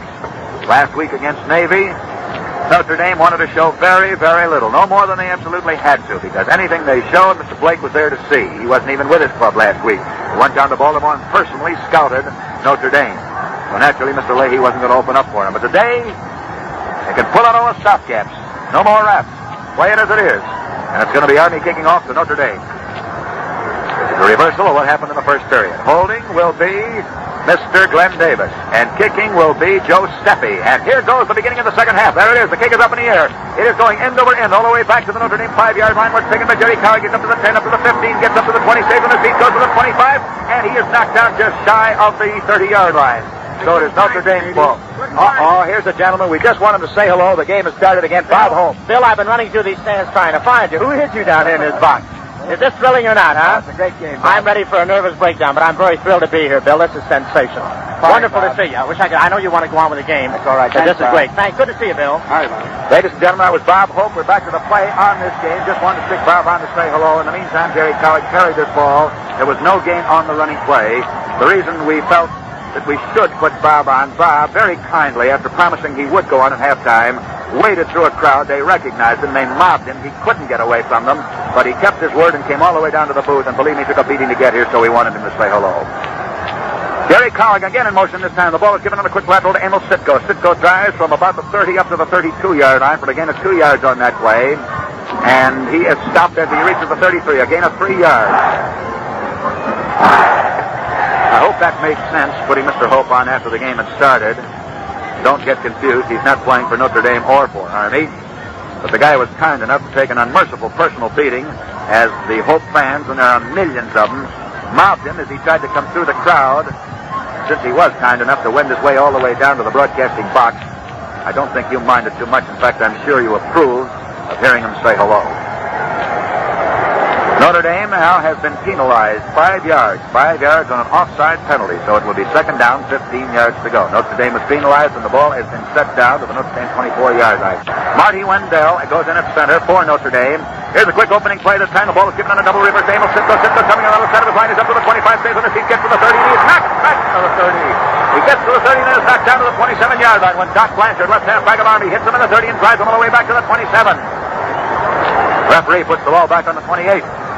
Ooh, Blanchard hit him hard. Notre Dame's ball on their own 28-yard line. It is third down now, 12 yards to go. Remember, Notre Dame was penalized 5 yards for being offside a moment ago. We are in the second half of the football game from the Yankee Stadium. And here comes Notre Dame out of the huddle very quickly. Way out to the right this time is Jerry Coward. He's a left halfback, but he's deployed way out to the right. He's about 15 yards out. And it is Johnny Lujak back for an Irish pass. He throws it out on the flat. It's completed this time. Emil Sitko. Sitko takes it on the 30s up to the 35. And he's knocked down on the 37-yard line. As he's knocked down on that 37-yard line, the ball squirts away from him. The referee is untangling a whole pile down there. But I believe Sitko hung onto that ball, and it's still Notre Dame's ball. Ball is resting on the Notre Dame 35-yard line. It is fourth down, coming up 5 yards to go. Notre Dame's ball on their own 35. We have started the third period of the football game. As a matter of fact, 1 minute and 15 seconds of playing time have gone by. Here comes Notre Dame up to the line of scrimmage very quickly now. Tucker and Davis are back in safety position for Army. Standing back in front formation is Johnny Lujak back on the Irish 25-yard line. He's waiting for the pass from center. It's a little low. He has to reach down to get it. He does. He boots it. It's up in the air. Waiting to take it is Arnold Tucker. He takes it on the 25. He's up to the 30, up to the 35, up to the 40. Stays on his feet, goes to the 45, and he's knocked down on the Army 45-yard line. Arnold Tucker, quarterback of Army, runs the ball back to the 45, from the 20 to the 45. As Lujak boots it down to him, Jack Zilli makes the tackle. And we're well back in the play-by-play now. Score, Army nothing, Notre Dame nothing. And Army is diving down now, 5 yards away from crossing the midfield stripe. It is Army's ball, first and 10. Notre Dame is back to a 5-man defensive setup. 5 and 3 and then 2 and then 1. Here comes Army out of the huddle now. Randall Tucker calling his signals, a bounce line. Tucker takes the ball. He shovel passes it to Glenn Davis. Davis goes past the 45, reaches the 48, gets a 3-yard gain as he goes between his center and his right guard. He's brought down by George Connor. George Connor, the left tackle of Notre Dame, stops him on the 48, again at 3 yards on that play. It'll be second down coming up, 7 yards to go. Army's ball on the Notre Dame 47-yard line. Score is still 0-0. We have 11 minutes and 30 seconds of playing time remaining in the third period of the football game from the Yankee Stadium, and Army is just 3 yards shy of the midfield stripe. Key formation, Tucker calling these signals. Blanchard to the left, Davis to the right. In motion is Glenn Davis. Ball is given to Doc Blanchard. Blanchard tries to burrow his way through the center of the line, and he didn't gain an inch. He stopped even before he can get back to the center of the line. The whole Notre Dame team is waiting for him. Johnny Lujak, Marty Wendell, Johnny Mastrangelo. There's a loss on that play of 1 yard. He didn't even have time to bend over and start to buck his way into the center of the line. He was hit so fast and so hard. 5-man defensive setup, the play he threw at him. 3 men backing up the line, and those 3 men are continually pulling the Army tackles out of the line as they come plunging through to clear the way for their ball carriers. And then those 3 linebacker uppers go through and make a tackle. Tucker calling these out of a tee for Army. It is third down, 3 yards to go. Make that 3rd and 7. Excuse me. Here's a single wing back formation this time with Doc Blanchard carrying the ball. He pulls his way across the middle of the field stripe. He goes down to the Notre Dame 46-yard line on a delayed line. Doc Blanchard, the left halfback of Army, pulls his way between left end and left tackle, and he very nearly picks up a first down for Army. He's stopped by Wendell, the roving center of Notre Dame. It is now 4th down coming up, approximately 1.5 yards to go, and it is Army's ball on the Notre Dame 46. Emil Sitko goes back into safety position, and so does Jerry Cowick for Notre Dame. Glenn Davis back in front formation for Army. Davis standing back on the Cadets 43. He'll boot from the 45 if he does kick. This could be a fake kick. It's only 4th and 2. The ball goes back to Davis. They're going to play it safe. He boots. It's up in the air. Waiting to take it is Jerry Cowick. Cowick lets the ball come down to him. Ball bounced down and into the Notre Dame end zone, so it is an automatic touchback. Notre Dame's ball 1st and 10 on their 20. Notre Dame takes over 1st and 10 on the Notre Dame 20-yard line. Notre Dame ball 1st and 1st and 10 on the Notre Dame 20-yard line. Army changes its defensive formation slightly. They've been alternating between a 5 and a 6. When they find themselves in a crucial position, they generally go to a 6. Otherwise, they stay at a 5. Notre Dame's 1st and 10 now on their own 20-yard line. Roars comes in at right end. Fulberg goes out for Army. Here's the ball given on a twisting reverse to Jerry Cowick. Cowick comes across the 20, gets to the 25, and reaches the 27 before he's hit down by Arnold Tucker. Jerry Cowick, left halfback of Notre Dame, runs the ball over his own right guard, just moving just outside of center, just to the right of the center. Behind beautiful interference. He let that interference fall in from him. Form in front of him, and he went up to the 27-yard line. Billy Gompers comes in for Emil Sitko. Brennan for Cowick. And here's a twisting reverse, and there's a fumble in the backfield. There's a fumble in the Notre Dame backfield, and we're going to have him pull him off to see who recovered that. Terry Brennan is the man who made the fumble. Let's see who recovered. Everybody is piled up on the play. The ball is resting on approximately the 26-yard line. It is still Notre Dame's ball. Terry Brennan fell on his own fumble. Terry Brennan was the man who fumbled that, and he recovered it. Barney Poole, left end of Army, was in like a shot. He tried to get his hands on it and couldn't. It is third down. Still 2 yards to go. Make it 3 yards to go. Notre Dame's ball. Notre Dame running out of the tee. Johnny Lujak calling these signals. Lujak takes the ball. Gives it on a spinner to Terry Brennan. Brennan going around the center line is up to the 30-yard line. Crosses the 30. Gets to the 33 and reels off a first down for Notre Dame. The ball is being brought in on about the 33-yard line, and for another first down for Notre Dame. That's Notre Dame's 6th first down of the game. Army has made 4 to date. Notre Dame has made 6. Jimmy Enos, roving center of Army, is the man who stopped that play. Here comes Notre Dame out of the huddle. They move the ball up to their own 33-yard line. 9 minutes of playing time remaining in the third period. There's no score so far in this game. A cross buck with Billy Gompers carrying the ball. Gompers bucks his way between his right guard and right tackle. He found a hole he could wedge his shoulders through. He tried to thrust it all the way through with a piercing drive. A final lunge pushed him forward to approximately the 37-yard line. Notre Dame's ball on their own 37-yard line. It is second down. 10 yards to go. There was very little gain on that play. Practically none. And it is Lujak back for a Notre Dame pass. It is not good. Intended for Jimmy Martin, the left end. Martin goes high into the air, but he can't go high enough. And it goes for an incomplete forward pass. Martin stands 6 feet 2. He weighs 205 pounds. He's out of Cleveland, Ohio. He was in the Marines for 3 years in the Pacific Theater. Incidentally, this boy is a great defensive end as well as being a fine pass catcher. He couldn't get that when it was thrown too high for him. He had no chance. Blanchard and Roars were both covering for Army. It is third down, still 10 yards to go. Deployed out to the right is Terry Brennan, some 20 yards out to the right of his own right end. And it is Lujak back for another Notre Dame pass. He throws it across the line of scrimmage. Terry Brennan takes it. He takes it up on the Notre Dame 41-yard line, stays on his feet, and is knocked down on a 42. Terry Brennan takes it up to the 42 and reels off a 9-yard gain. That's almost a first down for Notre Dame. And the cadets are marching, or rather the Fighting Irish are marching down the field. Is bringing in the line sticks to measure whether this is or is not. Glenn Davis was slightly injured on that play. Davis of Army is injured. That's a loss that Army can ill afford. Glenn Davis, one of the great all-time backs in football, considered by many to be in the same bracket with Tommy Harmon of Michigan, Buzz Voorhees of Navy, the all-time greats, Red Grange of Illinois. Down for the first time I've seen him down in 3 years, injured. I believe that's the first time Davis has ever been injured. He's back on his feet and listen to the hand he gets. Glenn Jr. Davis back on his feet, and he's going to stay in the game. Ready to take his place, had it been necessary, was Bill Gustafson. Bill is still standing on the sidelines with Red Blake. Red doesn't want to take any chances on Davis. If Davis is limping, I imagine Red will pull him out. But Bill Gustafson has not gone into the game at the moment. He is still standing on the sidelines talking to Blake. Davis is still in there. He's trying that ankle out. Apparently, it's Davis's right ankle. He's limping as he walks up and down the field, and his own teammate are looking at him anxiously. They can ill afford to lose him, and while he makes up his mind whether he's going to stay in or stay out or come out, the Army band strikes up. Let's listen.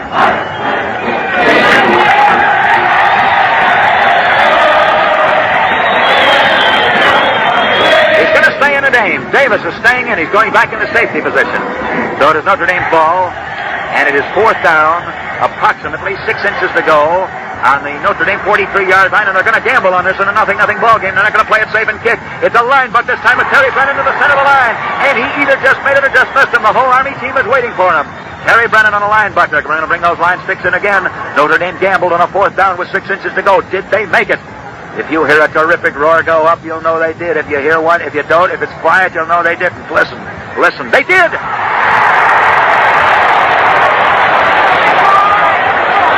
Notre Dame gambles on a fourth down with 6 inches to go and just makes those 6 inches. Notre Dame's ball first and 10 now on their own 43-yard line, 15 yards in from the northern side of the playing field. With 8 minutes of playing time remaining in the third period, score is 0-0. Jimmy Mello is deployed deep. Ball is given this time to Johnny Lujack on a twisting sneaker play. He faked it to Gompers, kept it himself, and he gains nothing. He spun around between his right tackle and right end and picked up no yardage. At most, he might have picked up a half a yard. Let's call it 2nd and 10. It's about 2nd and 9 3/4. A foot gain on that play. Left halfback, Doc Blanchard is the man who stopped it. Holy Cross Colgate scores announced, with Holy Cross leading Colgate 7-0 at the end of the first quarter. Here comes Notre Dame out of that huddle very quickly. Let's stick with this ball game. Two unbeaten teams playing each other. Brennan in motion. Lujack back for the pass. He throws it over the center of the line of scrimmage and is knocked down. Blanchard high into the air and he bats it down. And Blanchard picks up that ball, or rather stops it around his shoe tops.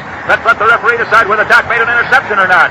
Hurt on the play is Jim Martin, the left end of Notre Dame. Blanchard knocked the ball down, scooped it before it hit his shoe, or as it hit his shoe. If he scooped it up as he hit his shoe, in other words, if he trapped it, it is no interception. If he got it before he touched the ground, it is an interception. Referee rules he tapped it. It touched the ground first, hence it is an incomplete forward pass.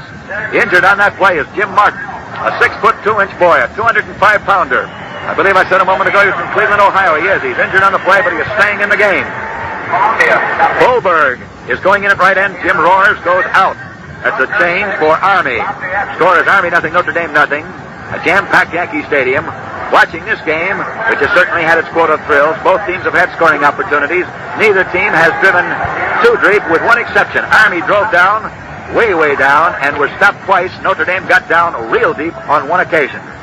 Here's a single wing over the right this time. In motion is Billy Gompers. Johnny Lujack back for the pass. He throws it out to Gompers. Gompers takes it on a 40. He's up to the 43. Gets away from one man and is knocked down on the 47-yard line.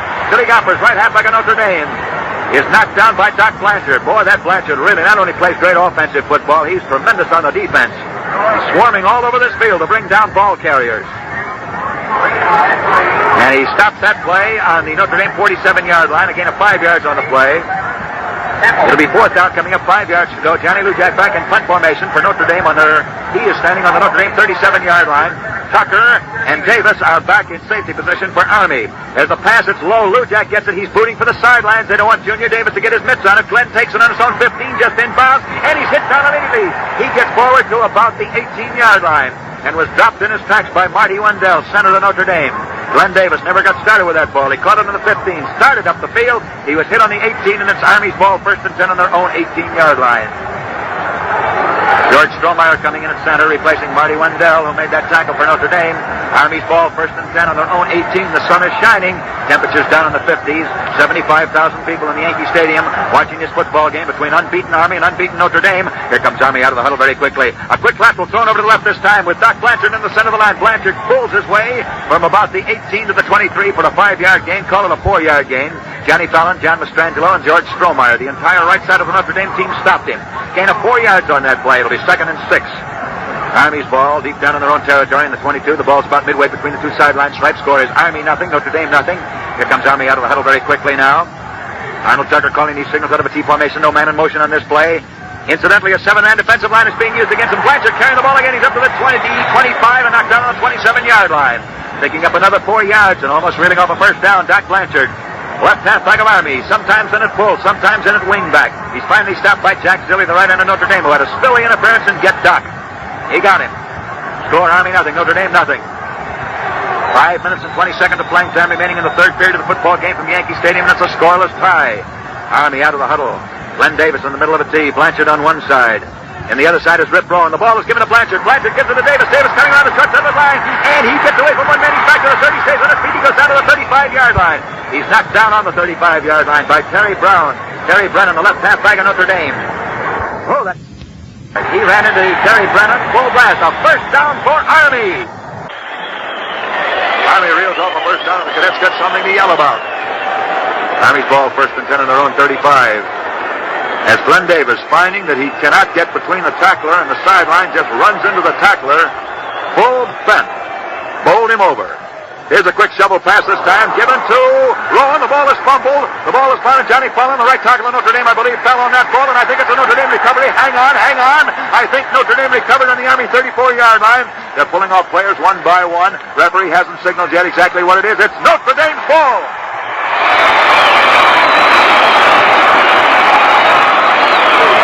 An Army team that is not only...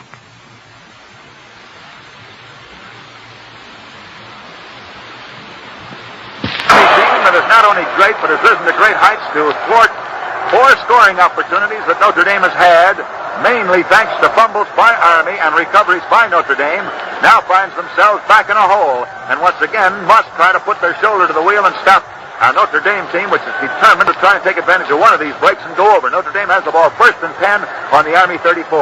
Red Sitko is back in at right halfback. Billy Gompers goes out. Rip Rowan goes out at right halfback. Billy West comes in. It's Rowan who made that fumble for Army. Notre Dame's ball, first and 10 on the Army 34-yard line. Lujak calling these signals. Johnny Lujak gives it on the line bunker. Red Sitko. Sitko into the center of the line and no gain. Red Sitko, right halfback. Emil Sitko, nicknamed Red. Of course, you'd never guess why. It just happens that he has red hair. 5 foot 10 inches, weighing 185 out of Fort Wayne, Indiana. Favorite pastime is pitching horseshoes.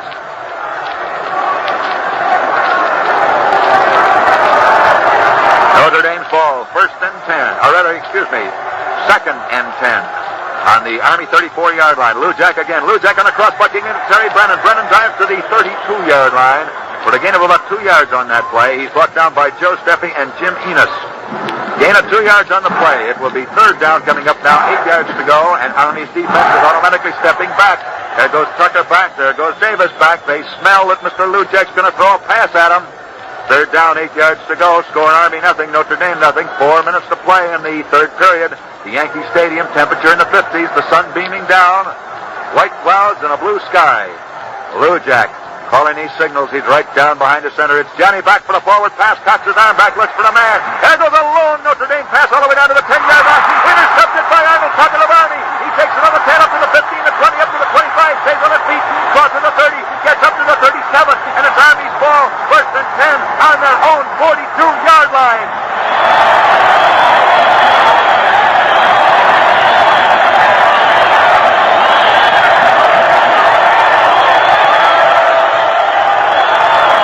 Arnold Tucker, a brilliant quarterback, saves the day for Army. He went high into the air, pulled that one right into his tummy, and raced back up the field with it. Thrown by Lujak, caught by Arnold Tucker of Army. A beautiful block thrown by Blanchard, enabled Tucker to get started. Army's ball, first and 10 on their own 42. They seem to have pep now. Billy West in motion this time. Ball is given to Blanchard. Blanchard pulls his way down to the 50, stays on his feet, he's down to the 45, and he's finally knocked out of bounds all the way down on the Notre Dame 36. Blanchard stays on his feet and keeps going to the Notre Dame 37-yard line. And listen to the stadium.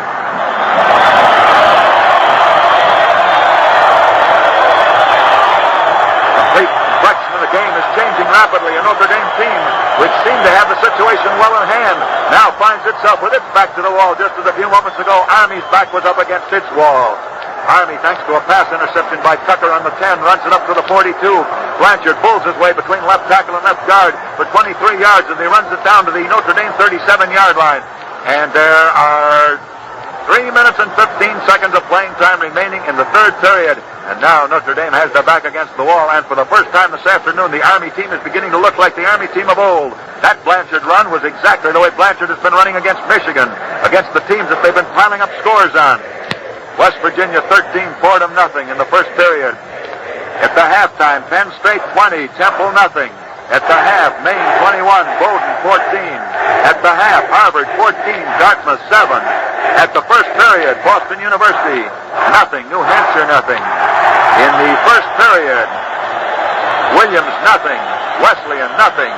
In the first period, Michigan 14, Michigan State nothing. At the halftime, Duke 6, Wake Forest nothing. In the first period, Pittsburgh nothing, Ohio State nothing. In the first period, St. Bonaventure 7, Bowling Green nothing. There's an interesting score. St. Bonaventure is coached by Huey DeVore, who coached Notre Dame last year. St. Bonaventure 7, Bowling Green nothing. First period score, Brooklyn College nothing, Kings Point 7. And here's the last score, a first period score, Holy Cross 7, Colgate nothing. Jack Ray is in at right tackle, replacing Joe Steffi, and the interesting fact of Ray being in for Army, he's the kicking specialist. He can boot field goals from almost any position. So should they need him, they've got him. Here's Glenn Davis trying to go in the center of the line, and he gains 2 yards. Glenn Davis on an off-tackle smash goes to the 35, and he's knocked down on the 35 by Johnny Lujak. Lujak comes up to make the tackle, and it is now second down, 8 yards to go. Army's ball on the Notre Dame 35-yard line, with 3 minutes of playing time remaining in the third period, and it's a scoreless tie. Ashbo, right halfback of Notre Dame, replaces Billy Gompers. Pep Finelli comes in at fullback. Jimmy Mello goes out. Here is Tucker. Tucker giving it to Blanchard, and Blanchard moving over his own right side. There was an attempted quarterback sneak with Tucker finding no hole whatsoever. With his back up against a brick wall, he shoveled it over to Doc Blanchard. Blanchard picked up 2 yards, and it is now third down and 6 yards to go. Army playing smart football when one man has stopped there, lateraling to another, shovel passing it out. He handed it off to Blanchard that time. It is third and 6. The defense is deep for a pass. Tucker's back, and the forward pass completed. It's completed to Bolberg. Bolberg takes it all the way down to the 20-yard line. Hank Bolberg carries it down to the Notre Dame 20-yard line, and it's Army's ball, first and 10 on the Notre Dame 20.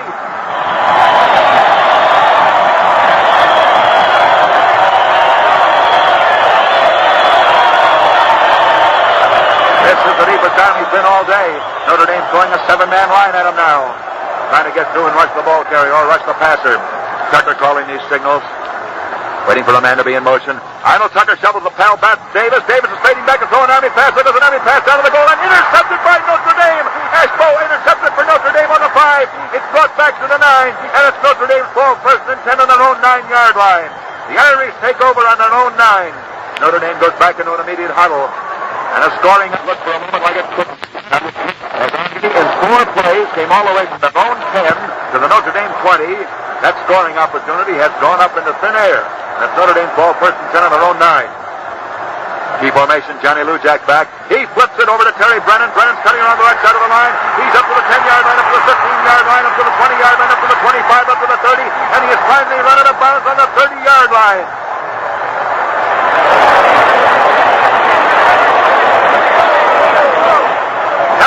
Out of Milwaukee, Wisconsin, 6 foot tall, 170 pounders, cut around his own right end, started on the 9 and wound up on the Notre Dame 30. Oh, don't count either of these teams out. A minute and 5 seconds remaining to be played in the third period. Score is 0-0. Notre Dame on the rampage. Billy Gompers comes in at right halfback. Ashbo goes out. Here's a quick opening play. The ball being given to Billy Gompers. Gompers comes from the 30 to the 33. He's hit down very hard on a low tackle by Billy West, right halfback of Army.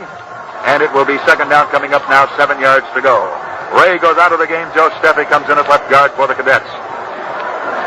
45 seconds remaining in the third period. A game which has kept this huge crowd literally spellbound. Here comes Notre Dame out of the huddle very quickly now. Johnny Lujack calling these signals out of the Notre Dame T formation. It's an orthodox T. Nobody's in motion. A balanced line. Now in motion is Billy Gompers. Ball is given on the crossbuck to Pop Pinelli. Pinelli goes into the center of the line. He may have picked up 2 yards. That's about all.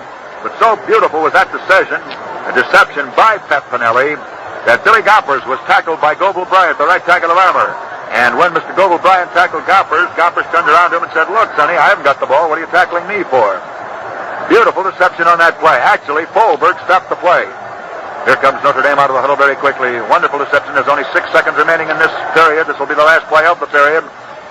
In motion is Terry Brennan. Lujack back. He throws a pass out to Brennan. Brennan takes it in the lateral. He's up to the 35. Gets across the 40. Gets up and is knocked out of bounds on the 44.5-yard line. Brennan goes to the 44.5, and there's another first down for Notre Dame as the third period ends. Score is Notre Dame nothing, Army nothing. And the Fighting Irish of Notre Dame have clawed their way, literally clawed it.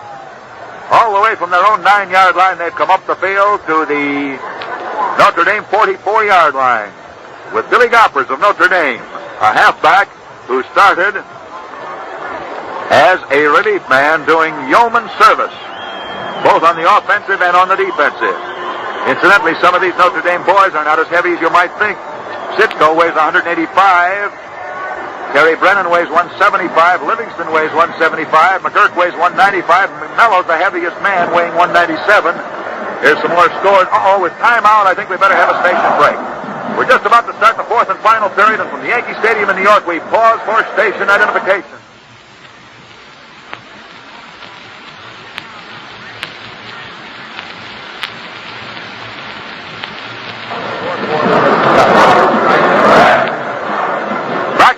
Stadium, ladies and gentlemen. It's just about time to start the fourth and final period of the Army Notre Dame football game. The National Broadcasting Company sending it your way.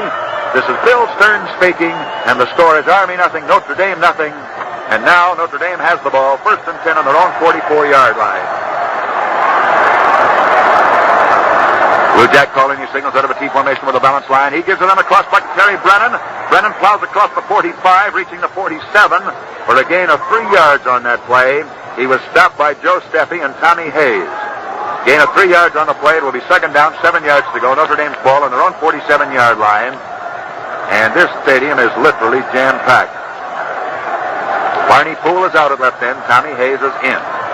Jerry Cowie comes in at left halfback. Terry Brennan goes out. That's a change for Notre Dame.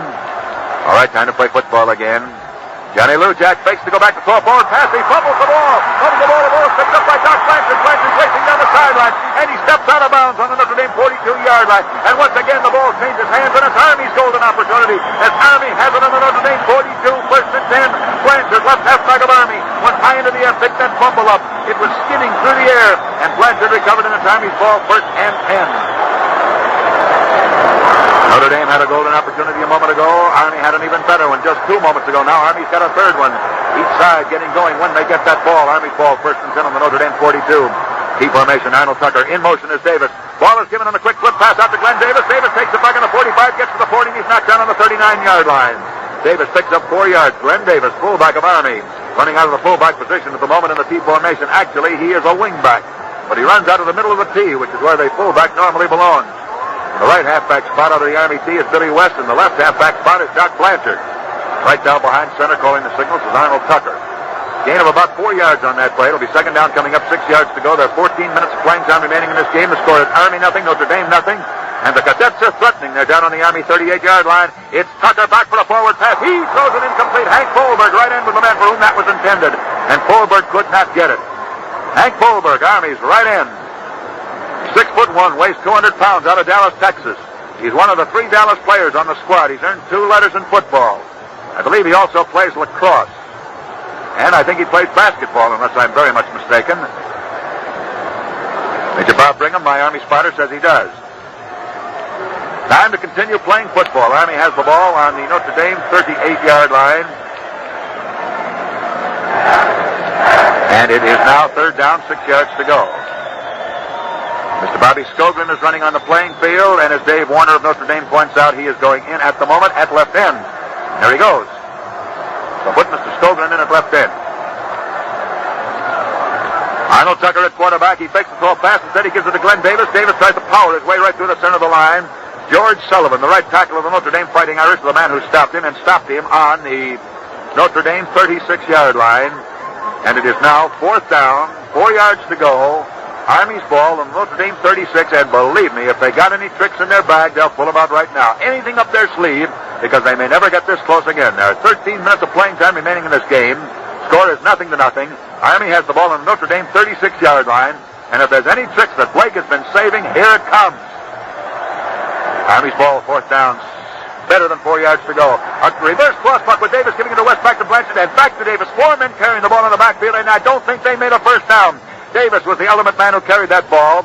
He reached the Notre Dame 34-yard line. I think he missed a first down by approximately a yard and a half. Let's see whether he did or whether he didn't. The line sticks are being brought in. This is very close. That was a triple reverse worked in the backfield. It is Notre Dame's ball. They take over. Notre Dame's ball, 1st and 10 on the Irish 34-yard line. Neither of these teams willing to give the other anything. So, what looked like a great scoring opportunity for the unbeaten cadets from West Point, who have won 25 consecutive games. They haven't been beaten in the last 2.5 seasons. There's a running play on Notre Dame. It's shoveled out to Jerry Cowie. Cowie coming around the center of the line. He's trapped behind the line of scrimmage. He is knocked out of bounds on the Notre Dame 24-yard line. On the 24, a loss of 10 yards on that play. Jerry Cowie, left halfback of Notre Dame, is running out of bounds on the 24-yard line by Sheldon Biles, left tackle of Army. And he is pulled right out of the game, and Terry Brennan is put in his place.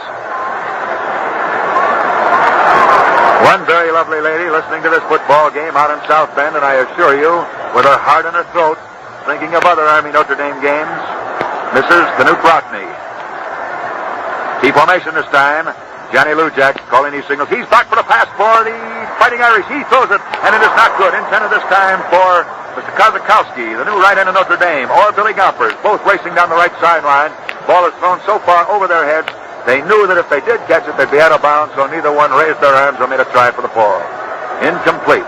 3rd down coming up, 19 yards to go. Loss of almost 10 yards on the first play, an incomplete pass on the second.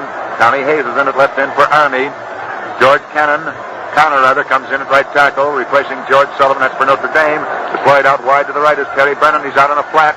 2.5 yards behind the line of scrimmage, 15 yards out wide. Ball is given him an end around. Billy Gompers carrying the ball. He's up to the 25-yard line, up to the 30-yard line, and he's just up to the 30. Billy Gompers, I believe we called it an end around. It's a right halfback and a wide swing around, taking it away from Johnny Lujak, who faded back on a fake pass. Lujak faking the pass, giving the ball to Gompers. Gompers going back to the 30 and picking up some of the yardage which was lost on the preceding play.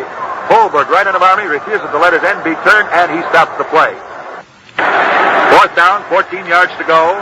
Notre Dame ball. And Notre Dame is going back into a punt formation with Lujak standing back on the Irish 20-yard line. Tucker and Davis are back in safety position on the Army 35. Let's see where the kick goes to. It's 4th and 14. It's a low pass, but the kick gets up in the air. It's not as good a kick as he's kicked earlier. Ball is coming across the midfield stripe down to the Army 43-yard line, and will go down on the 43, a dead ball. It'll be Army's ball, 1st and 10. Army takes over 1st and 10 on their own 43-yard line. So, with 11 minutes of playing time remaining in the 4th and final period of the football game from the Yankee Stadium, the score is Army nothing, Notre Dame nothing, and Army has the ball 1st and 10 on their own 43, and Army asks for timeout. Here's some scores of other games. First period, Navy 6, Georgia Tech nothing. Halftime score, Yale 21, Brown nothing. First period, Florida nothing, Georgia nothing. Here's some more scores coming in all the time. Here's a first period score, North Carolina nothing, William and Mary nothing. A halftime score, Pennsylvania 27, Columbia nothing. A halftime score, Syracuse 7, Cornell nothing. The first period score, Massachusetts State 7, CCNY nothing. A halftime score, VMI nothing, or VMI 20, Furman nothing. A halftime score, NYU 6, Lehigh 3. First period score, Rochester nothing, Vermont nothing. Here's a halftime score, Rutgers 20, Lafayette nothing. First period score, Rensselaer 6, Amherst nothing. And a halftime score, Virginia 20, Princeton nothing. Those are all scores of outside ball games. Score of this particular game is Army nothing, Notre Dame nothing, and changed at the moment is Mr. Joe Steffi of the left guard of Army, who's coming to the sidelines and getting a well-deserved round of applause as he does. He's being replaced by Jack Ray. they call Automatic Ray at West Point because he's in for the extra points and he generally makes them good. Army's backfield is Billy West at right halfback, Tucker at quarter, Davis at full, and Blanchard at the left half. Army takes over now, 1st and 10, and it is Army's ball on their own 43-yard line. We have 11 minutes and 30 seconds of playing time remaining in a scoreless tie. Barney Poole comes back in at left end, and Tommy Hayes goes out. Time to play football again. Arnold Tucker calling these signals out of the T formation. Tucker takes the ball. He shovel passes it to Davis. Davis worms his way through the center of the line. He crosses the 45, gets to the 47, and he's stopped on the 47 by Johnny Mastrangelo, the right guard of Notre Dame.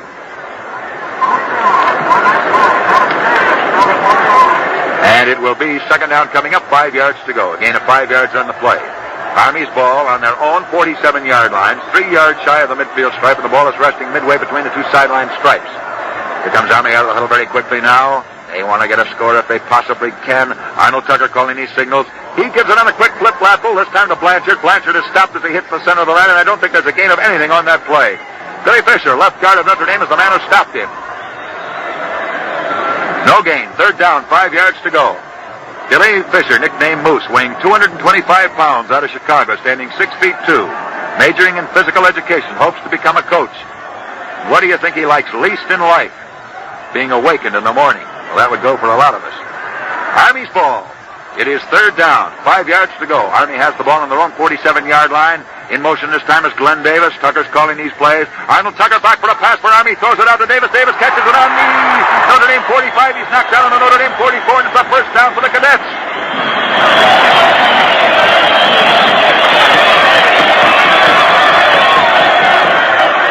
Army's ball, 1st and 10 on the Notre Dame 44-yard line. Once again, Army is getting a chance to score if they can keep driving. They took over on their own 42. They've come up the field now. This drive started on the 42. They have it now on the Notre Dame 44. 1st and 10. There's a running play this time with Billy West powering his way into the center of the line. He found very little opening. The buck was unsuccessful. He drove through, found a bit of a wedge, and thrust his shoulders through for perhaps a gain of 1 yard, but no more. George Sullivan, the right tackle of Notre Dame, is the man who brought him down. Notre Dame seems to fear far more those tosses, the heaves, the passes, the throws of Glenn Davis or of Tucker than they do the line smashers of Blanchard at the moment, because they're playing their defense deep. They seem to say, we'll give you 3 yards, but we want to stop those passes if we can. And here's a pass that's knocked down right in its tracks. There's a wild roll for the ball. George Sullivan, right tackle of Notre Dame, falls on that ball, but I think it'll be ruled an incomplete forward pass. Arnold Tucker was trying to throw a pass. Just as he got it out of his mitt, it was batted down by Georgie Connor, left tackle of Notre Dame. And George Sullivan fell on that ball for what looked like it might be a Notre Dame recovery, but actually it's a dead ball once the pass is incomplete. Sullivan, man who completed that play, 6 feet 3 inches tall, out of East Walpole, Massachusetts, weighing 210 pounds. It is now third down, still 10 yards to go, and it is Tucker to Davis. Davis throwing back to throw an Army pass. There goes a long pass up in the air. It is intercepted by Army and then dropped. Army ball carrier, or rather by Notre Dame, Emil Sitko goes high in the air, intercepts it on the 10-yard line, then drops it. He drops it. Johnny Lujak falls on it back on the 10-yard line. Sitko intercepted that on the 10. It got away from Sitko. It went rolled back to the Notre Dame 5 where Johnny Lujak fell on it. It is Notre Dame's ball, 1st and 10 on the Notre Dame 5-yard line. So the ruling on the play is it was a pass interception followed by a fumble. They ruled that Sitko had possession of that ball and that he dropped it after he had possession of the ball, and it was recovered. Then it becomes anybody's ball, and it was recovered by Notre Dame's Johnny Lujak. So it's Notre Dame's ball, 1st and 10 on their own 5-yard line. Ball is given on the line punch this time to Brennan. Brennan goes from the 5 approximately to the 7-yard line, and then is hit so hard on the tackle by Sheldon Biles that he's driven all the way back to the 3-yard line. But nevertheless, the forward motion of the ball was stopped on the 7, so it's a gain of 2 yards. It is Notre Dame's ball, 2nd and 8 on their own 7.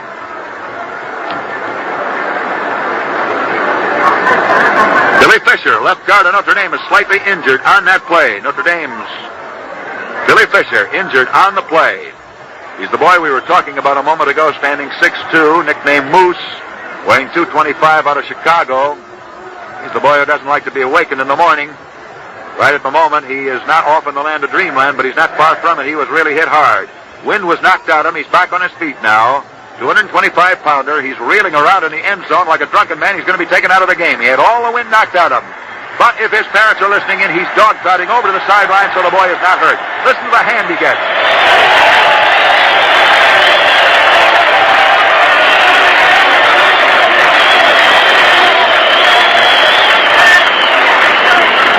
Diego goes in his place, replacing Bill Fisher, injured on that last play.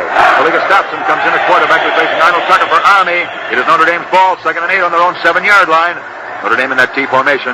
Johnny Lujak calling his signals. Notre Dame's got his back up against the wall now. Lujak hands it on the crossback to Emil Sitko. Sitko runs it up to the 10-yard line, crosses the 10, falls forward to the 11. A crossbuck, Lujak to Brennan, faking to give it to Brennan, not giving it to Brennan, giving it to Sitko. Runs the ball up to the 11-yard line. It'll be 3rd down, coming up now, 5 yards to go. And between 4 and 5, and there are 8 minutes of playing time remaining to be played in this football game. Ball is resting on the Notre Dame 11-yard line. It is Notre Dame's ball, and the score is Notre Dame nothing, Army nothing. On a game which has watched these two teams battle on semi-even terms all afternoon long.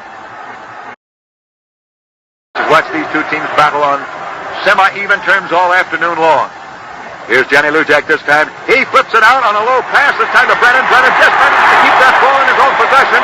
He has to reach for it. He finally gets it on the 6-yard line. He's hit immediately by Barney Poole, and there's a 5-yard loss on that play. So Notre Dame comes up to a 4th down, finds themselves lacking 12 yards of a first down. They have the ball on their own 6-yard line, and now Mr. Lujak is going to have to kick from his end zone. Notre Dame's ball. The Fighting Irish have it on their own 6-yard line.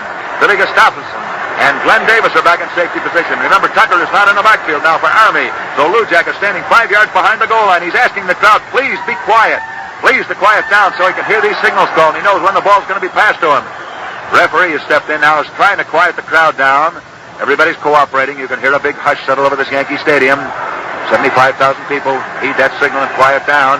They realize this boy has really got responsibilities on his shoulders now. There's a pass from center. He steps forward. He boots it. It's a nice one. It's coming up the field, waiting to take it to Glenn Davis. He takes it on the 50-yard line. He's back into Notre Dame territory. He's down to the 45, gets away from one man, and he is knocked down on the Notre Dame 39-yard line. Glenn Davis, scat back of Army, runs it from the 50 down to the 39, and he's stopped by Georgie Sullivan, right tackle of Notre Dame, and it's Army's ball, 1st and 10 on the Notre Dame 39-yard line, and here comes Arnold Tucker in. And bet your bottom buck he's got instructions from Red Blake. Arnold Tucker's coming in now. There are 6 minutes and 30 seconds of playing time remaining in this football game. And here comes Arnold Tucker trotting in. Nice-looking boy, that Tucker. As a matter of fact, many of these kids on both of these teams are handsome boys. It's time to play football again. Russ Ashbo comes in for Emil Sitko at right halfback for Notre Dame. Army's ball, 1st and 10 on the Irish 39-yard line. Tucker calling these signals on a crossback. He gives it to Davis, and Davis gains nothing. As a matter of fact, he loses a yard. He's knocked back on the 40-yard line. George Connor is waiting for the play. Whoever was to take Connor didn't do it. George Connor, same boy we talked about a moment ago, 225-pounder. He was a sub-chaser. He was on a sub-chaser in the war. He was discharged as an ensign in the Navy. Saw service in the Pacific. Army's ball, singling over the right this time in motion is Glenn Davis. Tucker getting this ball. He's fading back to throw a pass. His arm goes back. There goes a pass, and it's not good. Barney Poole was the man who had it in his hands and dropped it, in the whole Army rooting section let go with a woo, just as they thought he had it. Arnold Tucker throwing, and Barney Poole going high into the heaven. He was all the way down to the Notre Dame 28-yard line, and it trickled through his fingers and went for an incomplete forward pass. But if you're an Army rooter and you feel badly about that, think of Mr. Poole Fields. He's one of the best ends in the business. He's out of Gloucester, Massachusetts. Weighs 215 pounds, stands 6 feet 3 inches tall. He's one of 3 great brothers, 3 great athletes. In motion is Glenn Davis again. Arnold Tucker fading back for another pass, cocks his arm back, looks for his man. He can't get the ball away. The ball is fumbled. It's picked up by Jim Martin. I don't think that ball touched the ground. It'll be ruled a pass intercepted. It's Notre Dame's ball on the Army 48-yard line.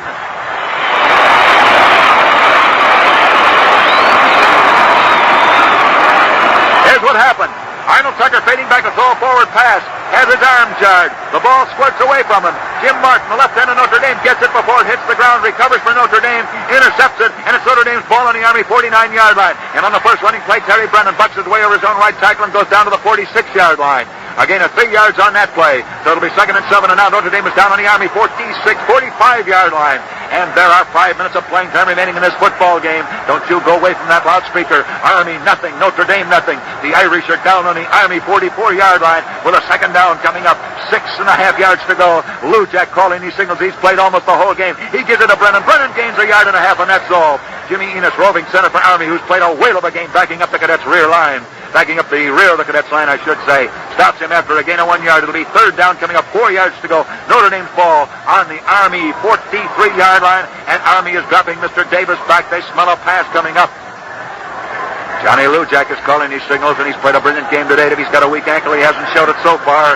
Harry Brennan deployed out to the right. He's out on a flat 3 yards behind the line of scrimmage, 15 yards out to the right of his right end. It is Lou Jack back for the forward pass. He throws it out to Brennan. It is not good.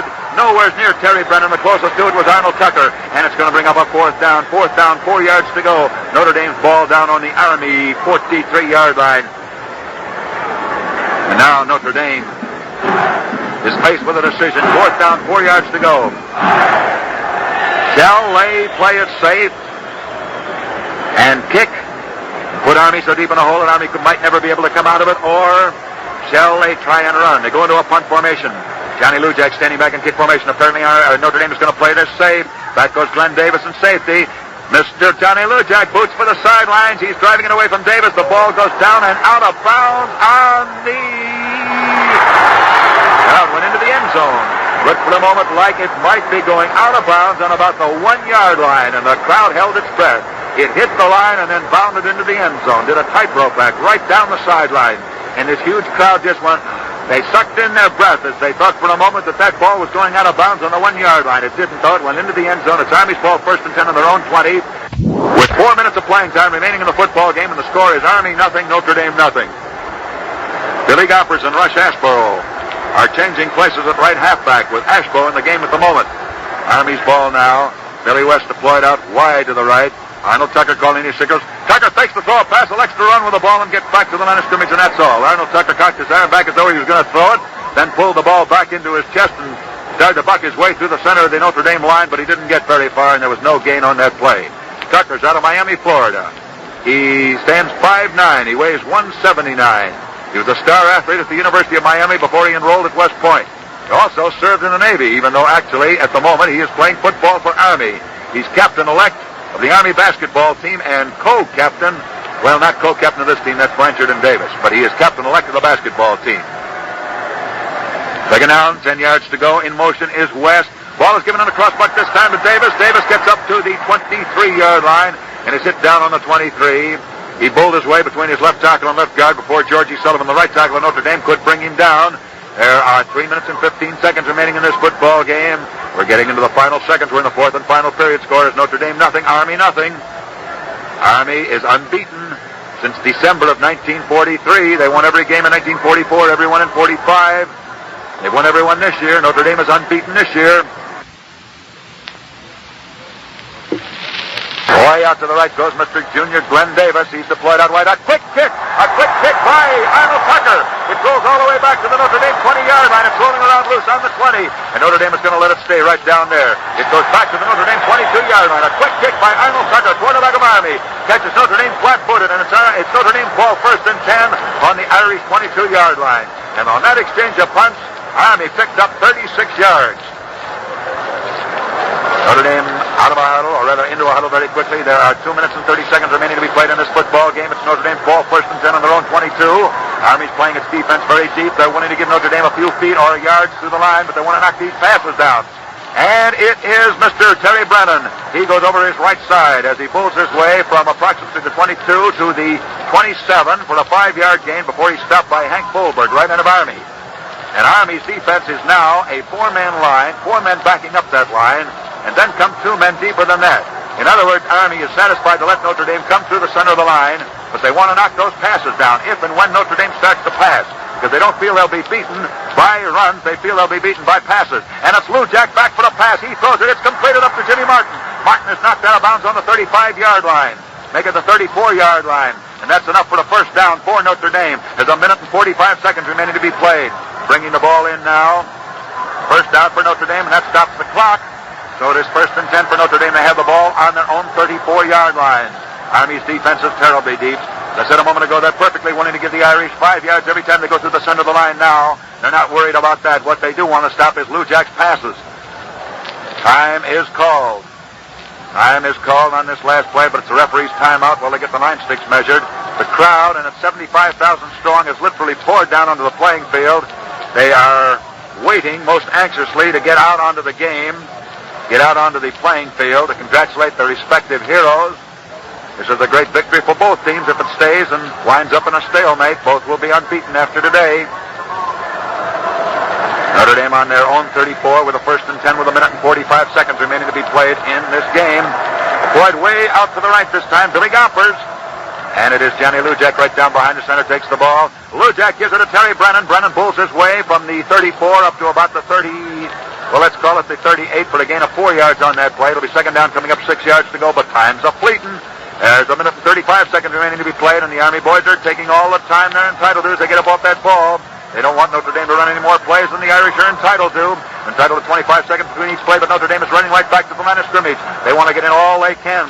It is now 2nd down, 6 yards to go. Johnny Lujak gives it on the crossbuck this time to Terry Brennan. Brennan up to the line of scrimmage. He's stopped on the 41-yard line. Army's defense is deep. They're giving these line plunges 2 or 3 yards head start because the defense is so deep.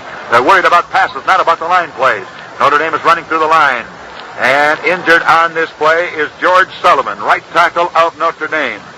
George Sullivan. He's out of East Walpole, Massachusetts, weighing 210, standing 6'3". Wants to become an optometrist when he's through. He's a shot putter on the track team, a big burly lad. With timeout and 1 minute and 10 seconds remaining to be played, here's the picture. Army and Notre Dame have battled on even terms. Closest either got was Notre Dame drove all the way down to the 3.5-yard line to be detected slipping. This is way early in the ball game. Army took the ball over, marched back up the field, but neither team has had a good scoring opportunity since then. They've both been down in each other's territory, but not deep enough to really be called a great opportunity. Now, with 1 minute and 10 seconds remaining to be played, it is Notre Dame's ball. 3rd down, 3 yards to go on the Notre Dame 41-yard line. Johnny Fallon, the right tackle of Notre Dame, deployed out a little bit deep this time. He's deployed out wide. Here is Lujak back for the pass. There goes a long Notre Dame pass. Intercepted by Army's Arnold Tucker. Arnold Tucker intercepts for Army. He intercepts it on the Army 40. It's Army ball, 1st and 10 on the 44. Army has the ball, 1st and 10 on the 44-yard line, and there are 50 seconds remaining to be played in this game. Lujak threw it. Tucker intercepted. And now Army wants to get in as many plays as they possibly can. Time has been called with 50 seconds remaining to be played. Jack Ray comes back into the ball game at left guard for Army. He's the kicking specialist. And there goes Mr. Steffi out, Ray in. And that is just a powerful suggestion by Red Blake that should Army drive down anywhere near that goal line, let Mr. Ray take a whack at a field goal if time's running out. Ashbo comes in at right halfback. Billy Gompers goes out for Notre Dame. It's the last seconds of the Army-Notre Dame game from the Yankee Stadium. 75,000 people standing at attention. Nobody is going for the exits. With only 50 seconds to go, they'll take their chances on the crowd jam after the game. They want to see the finish of this football game. 50 seconds. Now Blanchard is way out to the right, and this time a quarterback sneak with Arnold Tucker, thinking that everybody would think that he was going to throw the ball. Tries to bull his way through the center of the line. He may have picked up about 3 yards before he is brought down. There's very little gain on that play, a gain of about 1 yard. Notre Dame seem to be waiting for it. Notre Dame's defense is deployed way deep now. It's a 5-man line, 3 men backing that up line. There goes Arnold Tucker back for the pass. He's fading back, hands it back to Glenn Davis. Davis throws the pass. Army man racing down. He catches it down on the 20-yard line. Doc Blanchard. Blanchard takes it all the way down on the Notre Dame 20-yard line. And the referee says he caught it. He was out of bounds. Referee says he caught it. He was out of bounds. Davis threw it. Blanchard caught it all the way down on the Notre Dame 20. But it is not good. Blanchard was out of bounds when he caught that ball. So it's an incomplete forward pass. There's 20 seconds remaining to be played in this game. Now Notre Dame's defense is about 30 yards behind the line of scrimmage. They know that it's going to be passes. There's only 20 seconds remaining in this football game. Arnold Tucker calling the signals. Glenn Davis is right behind him. Davis in motion this time. Now it's Arnold Tucker fading back to throw a forward pass. He cocks his arm back, looks for his man. He's going to run with it. He's back to the midfield stripe. He's down to the Notre Dame 45-yard line. There's 15, 14, 13 seconds. It is Army's ball. 1st and 10 down on the Notre Dame 43-yard line, and there's 10 seconds remaining to be played as the clock is stopped. And for the first time this afternoon, if you can understand the terrific pressure these boys are under, tempers begin to flare up. And a few of the boys begin flailing away at each other with their fists. But I don't believe there was any bad meaning there. All it is that these kids are on edge. It's a 15-yard penalty against Army for unnecessary roughness. Army penalized 15 yards for unnecessary roughness. Army is detected as the instigator of that battle royal which started a moment ago on the field, and then quickly the referee separated between the combatants, and Army is socked with a 15-yard penalty which moves the cadets back to their own 42-yard line. Barney Poole is out at left end for Army. It is now Army's ball. This will just about be time for the last play. Maybe time for one more after this. Tommy Hayes is in at left end replacing Barney Poole. Arnold Tucker is calling these signals out of a T formation. There's only 10 seconds remaining now. Tucker is going to carry this ball himself. He gets up to the 45-yard line. He's knocked down on the 48-yard line. There's 3 seconds, 2 seconds, 1 second. There she is. She's all over. It's a 0-0 tie. Army nothing, Notre Dame nothing. That's the end of the ball game.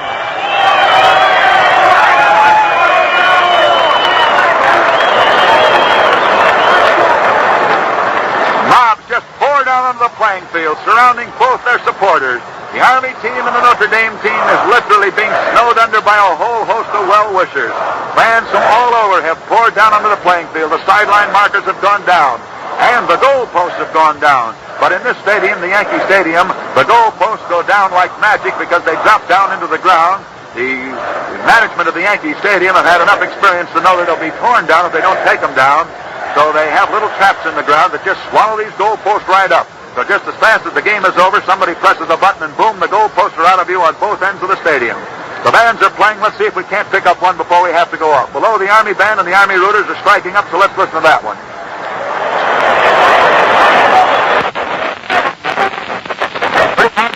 Now, the crowd roaring its approval and welcoming to the orderly stadium a few moments ago has now become the scene of the very utmost in confusion. On the sports newsreel last night over many of these same stations, we had Jim Crowley on, and Jim, either inadvertently or very wisely, picked the score of this football game. And if you heard him on the air at halftime this afternoon, you know that he again reiterated when he said he didn't know who would win, and he thought it might wind up in a scoreless tie. As a matter of fact, I don't think he said that on the air, but he did say it last night, and he certainly was right. Everybody's been picking this game from a whitewash for the Army to a whitewash for Notre Dame to a one-sided ball game for either team, and it turns out to be one of these old Pitt Fordham clam bakes, if you know what I mean. For 3 years, they battled each other on even terms, neither team able to score. Each game, the teams came up to the game predicting that this would be the game of the century, and they were so evenly matched that nobody got a score for 3 years running. Well, here are the statistics. You don't pay off on statistics, but they're interesting to listen to. In first downs, Notre Dame made 10, the Army 7. Army tried 19 passes and completed 5. Notre Dame tried 18 passes and completed 5. And touchdowns and field goals and extra points, there just weren't any because there weren't any. There was no scoring of any kind. And so, ladies and gentlemen, we've reached the end of another football broadcast sent your way by the National Broadcasting Company. Today, NBC relayed across this country, through its affiliated stations, the most important game of the season. The Army-Notre Dame football game, as was to be expected, it was a bitterly fought contest. But as most people did not expect, it wound up in a 0-0 tie. Army and Notre Dame came into this game with unbeaten records. Both were out to do everything in their power to dethrone the other. For Army was generally regarded as the best team in the country, and Notre Dame was rated by the experts as just a shade under Army, if they were rated at all under Army. There were many who thought that Notre Dame actually was the better team of the two. On the record up to this game, Army had walloped Villanova, Oklahoma, Cornell, Michigan, Columbia, Duke, West Virginia, and Notre Dame had run over Illinois, Pitt, Purdue, Iowa, and Navy.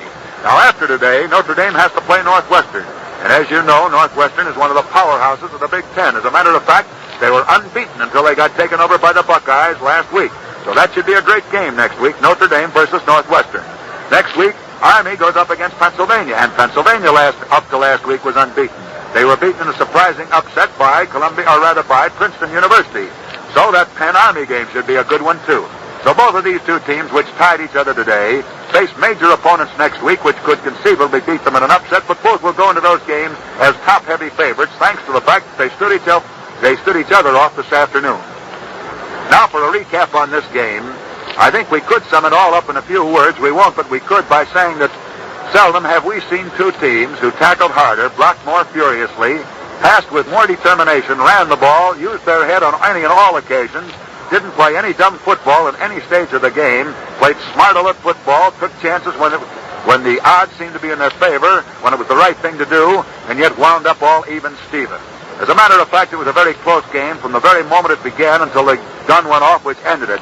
Neither team had a decided edge. Actually, Notre Dame had a little edge in the statistics, but it was Army that threatened the more frequently of the two teams. So you can just about throw one out against the other and say that it was an even Steven ball game. In the first period, Notre Dame had one chance to score, and Army had two. In the second period, Notre Dame had another chance to score, and Army had one more. So Army had one more chance to score than did Notre Dame in the first half. And we're calling any chance to score which finds the rival team breaking down inside their opponent's 25-yard line. In the second half, it was even Steven, with both teams having a semi-chance to score of 3 times apiece. So you can see there wasn't much to choose from. For individual stars, Blanchard, Davis, and Tucker certainly shone brightly for Army. And Mr. Lujak played one whale of a ball game for the Fighting Irish from Notre Dame. And that's just about the story. Next Saturday afternoon and each Saturday afternoon up to and including the end of the football season, the National Broadcasting Company will be sending your way the most important games of the day. I hope you'll be at your loudspeaker listening. Make a mental note right now of the station to which you're tuned. That's your nearest NBC station, and that's the station over which you'll hear the nation's great football games as they take place on Saturday afternoons. Before I sign off from the Yankee Stadium, may I very briefly thank those who played such a prominent part in making this broadcast possible. My 2 spotters. For Army, I had Major Bob Brigham. For Notre Dame, I had Dave Warner. Both of these boys have worked with me before. Both did a splendid job, and I'd like to thank each one of them.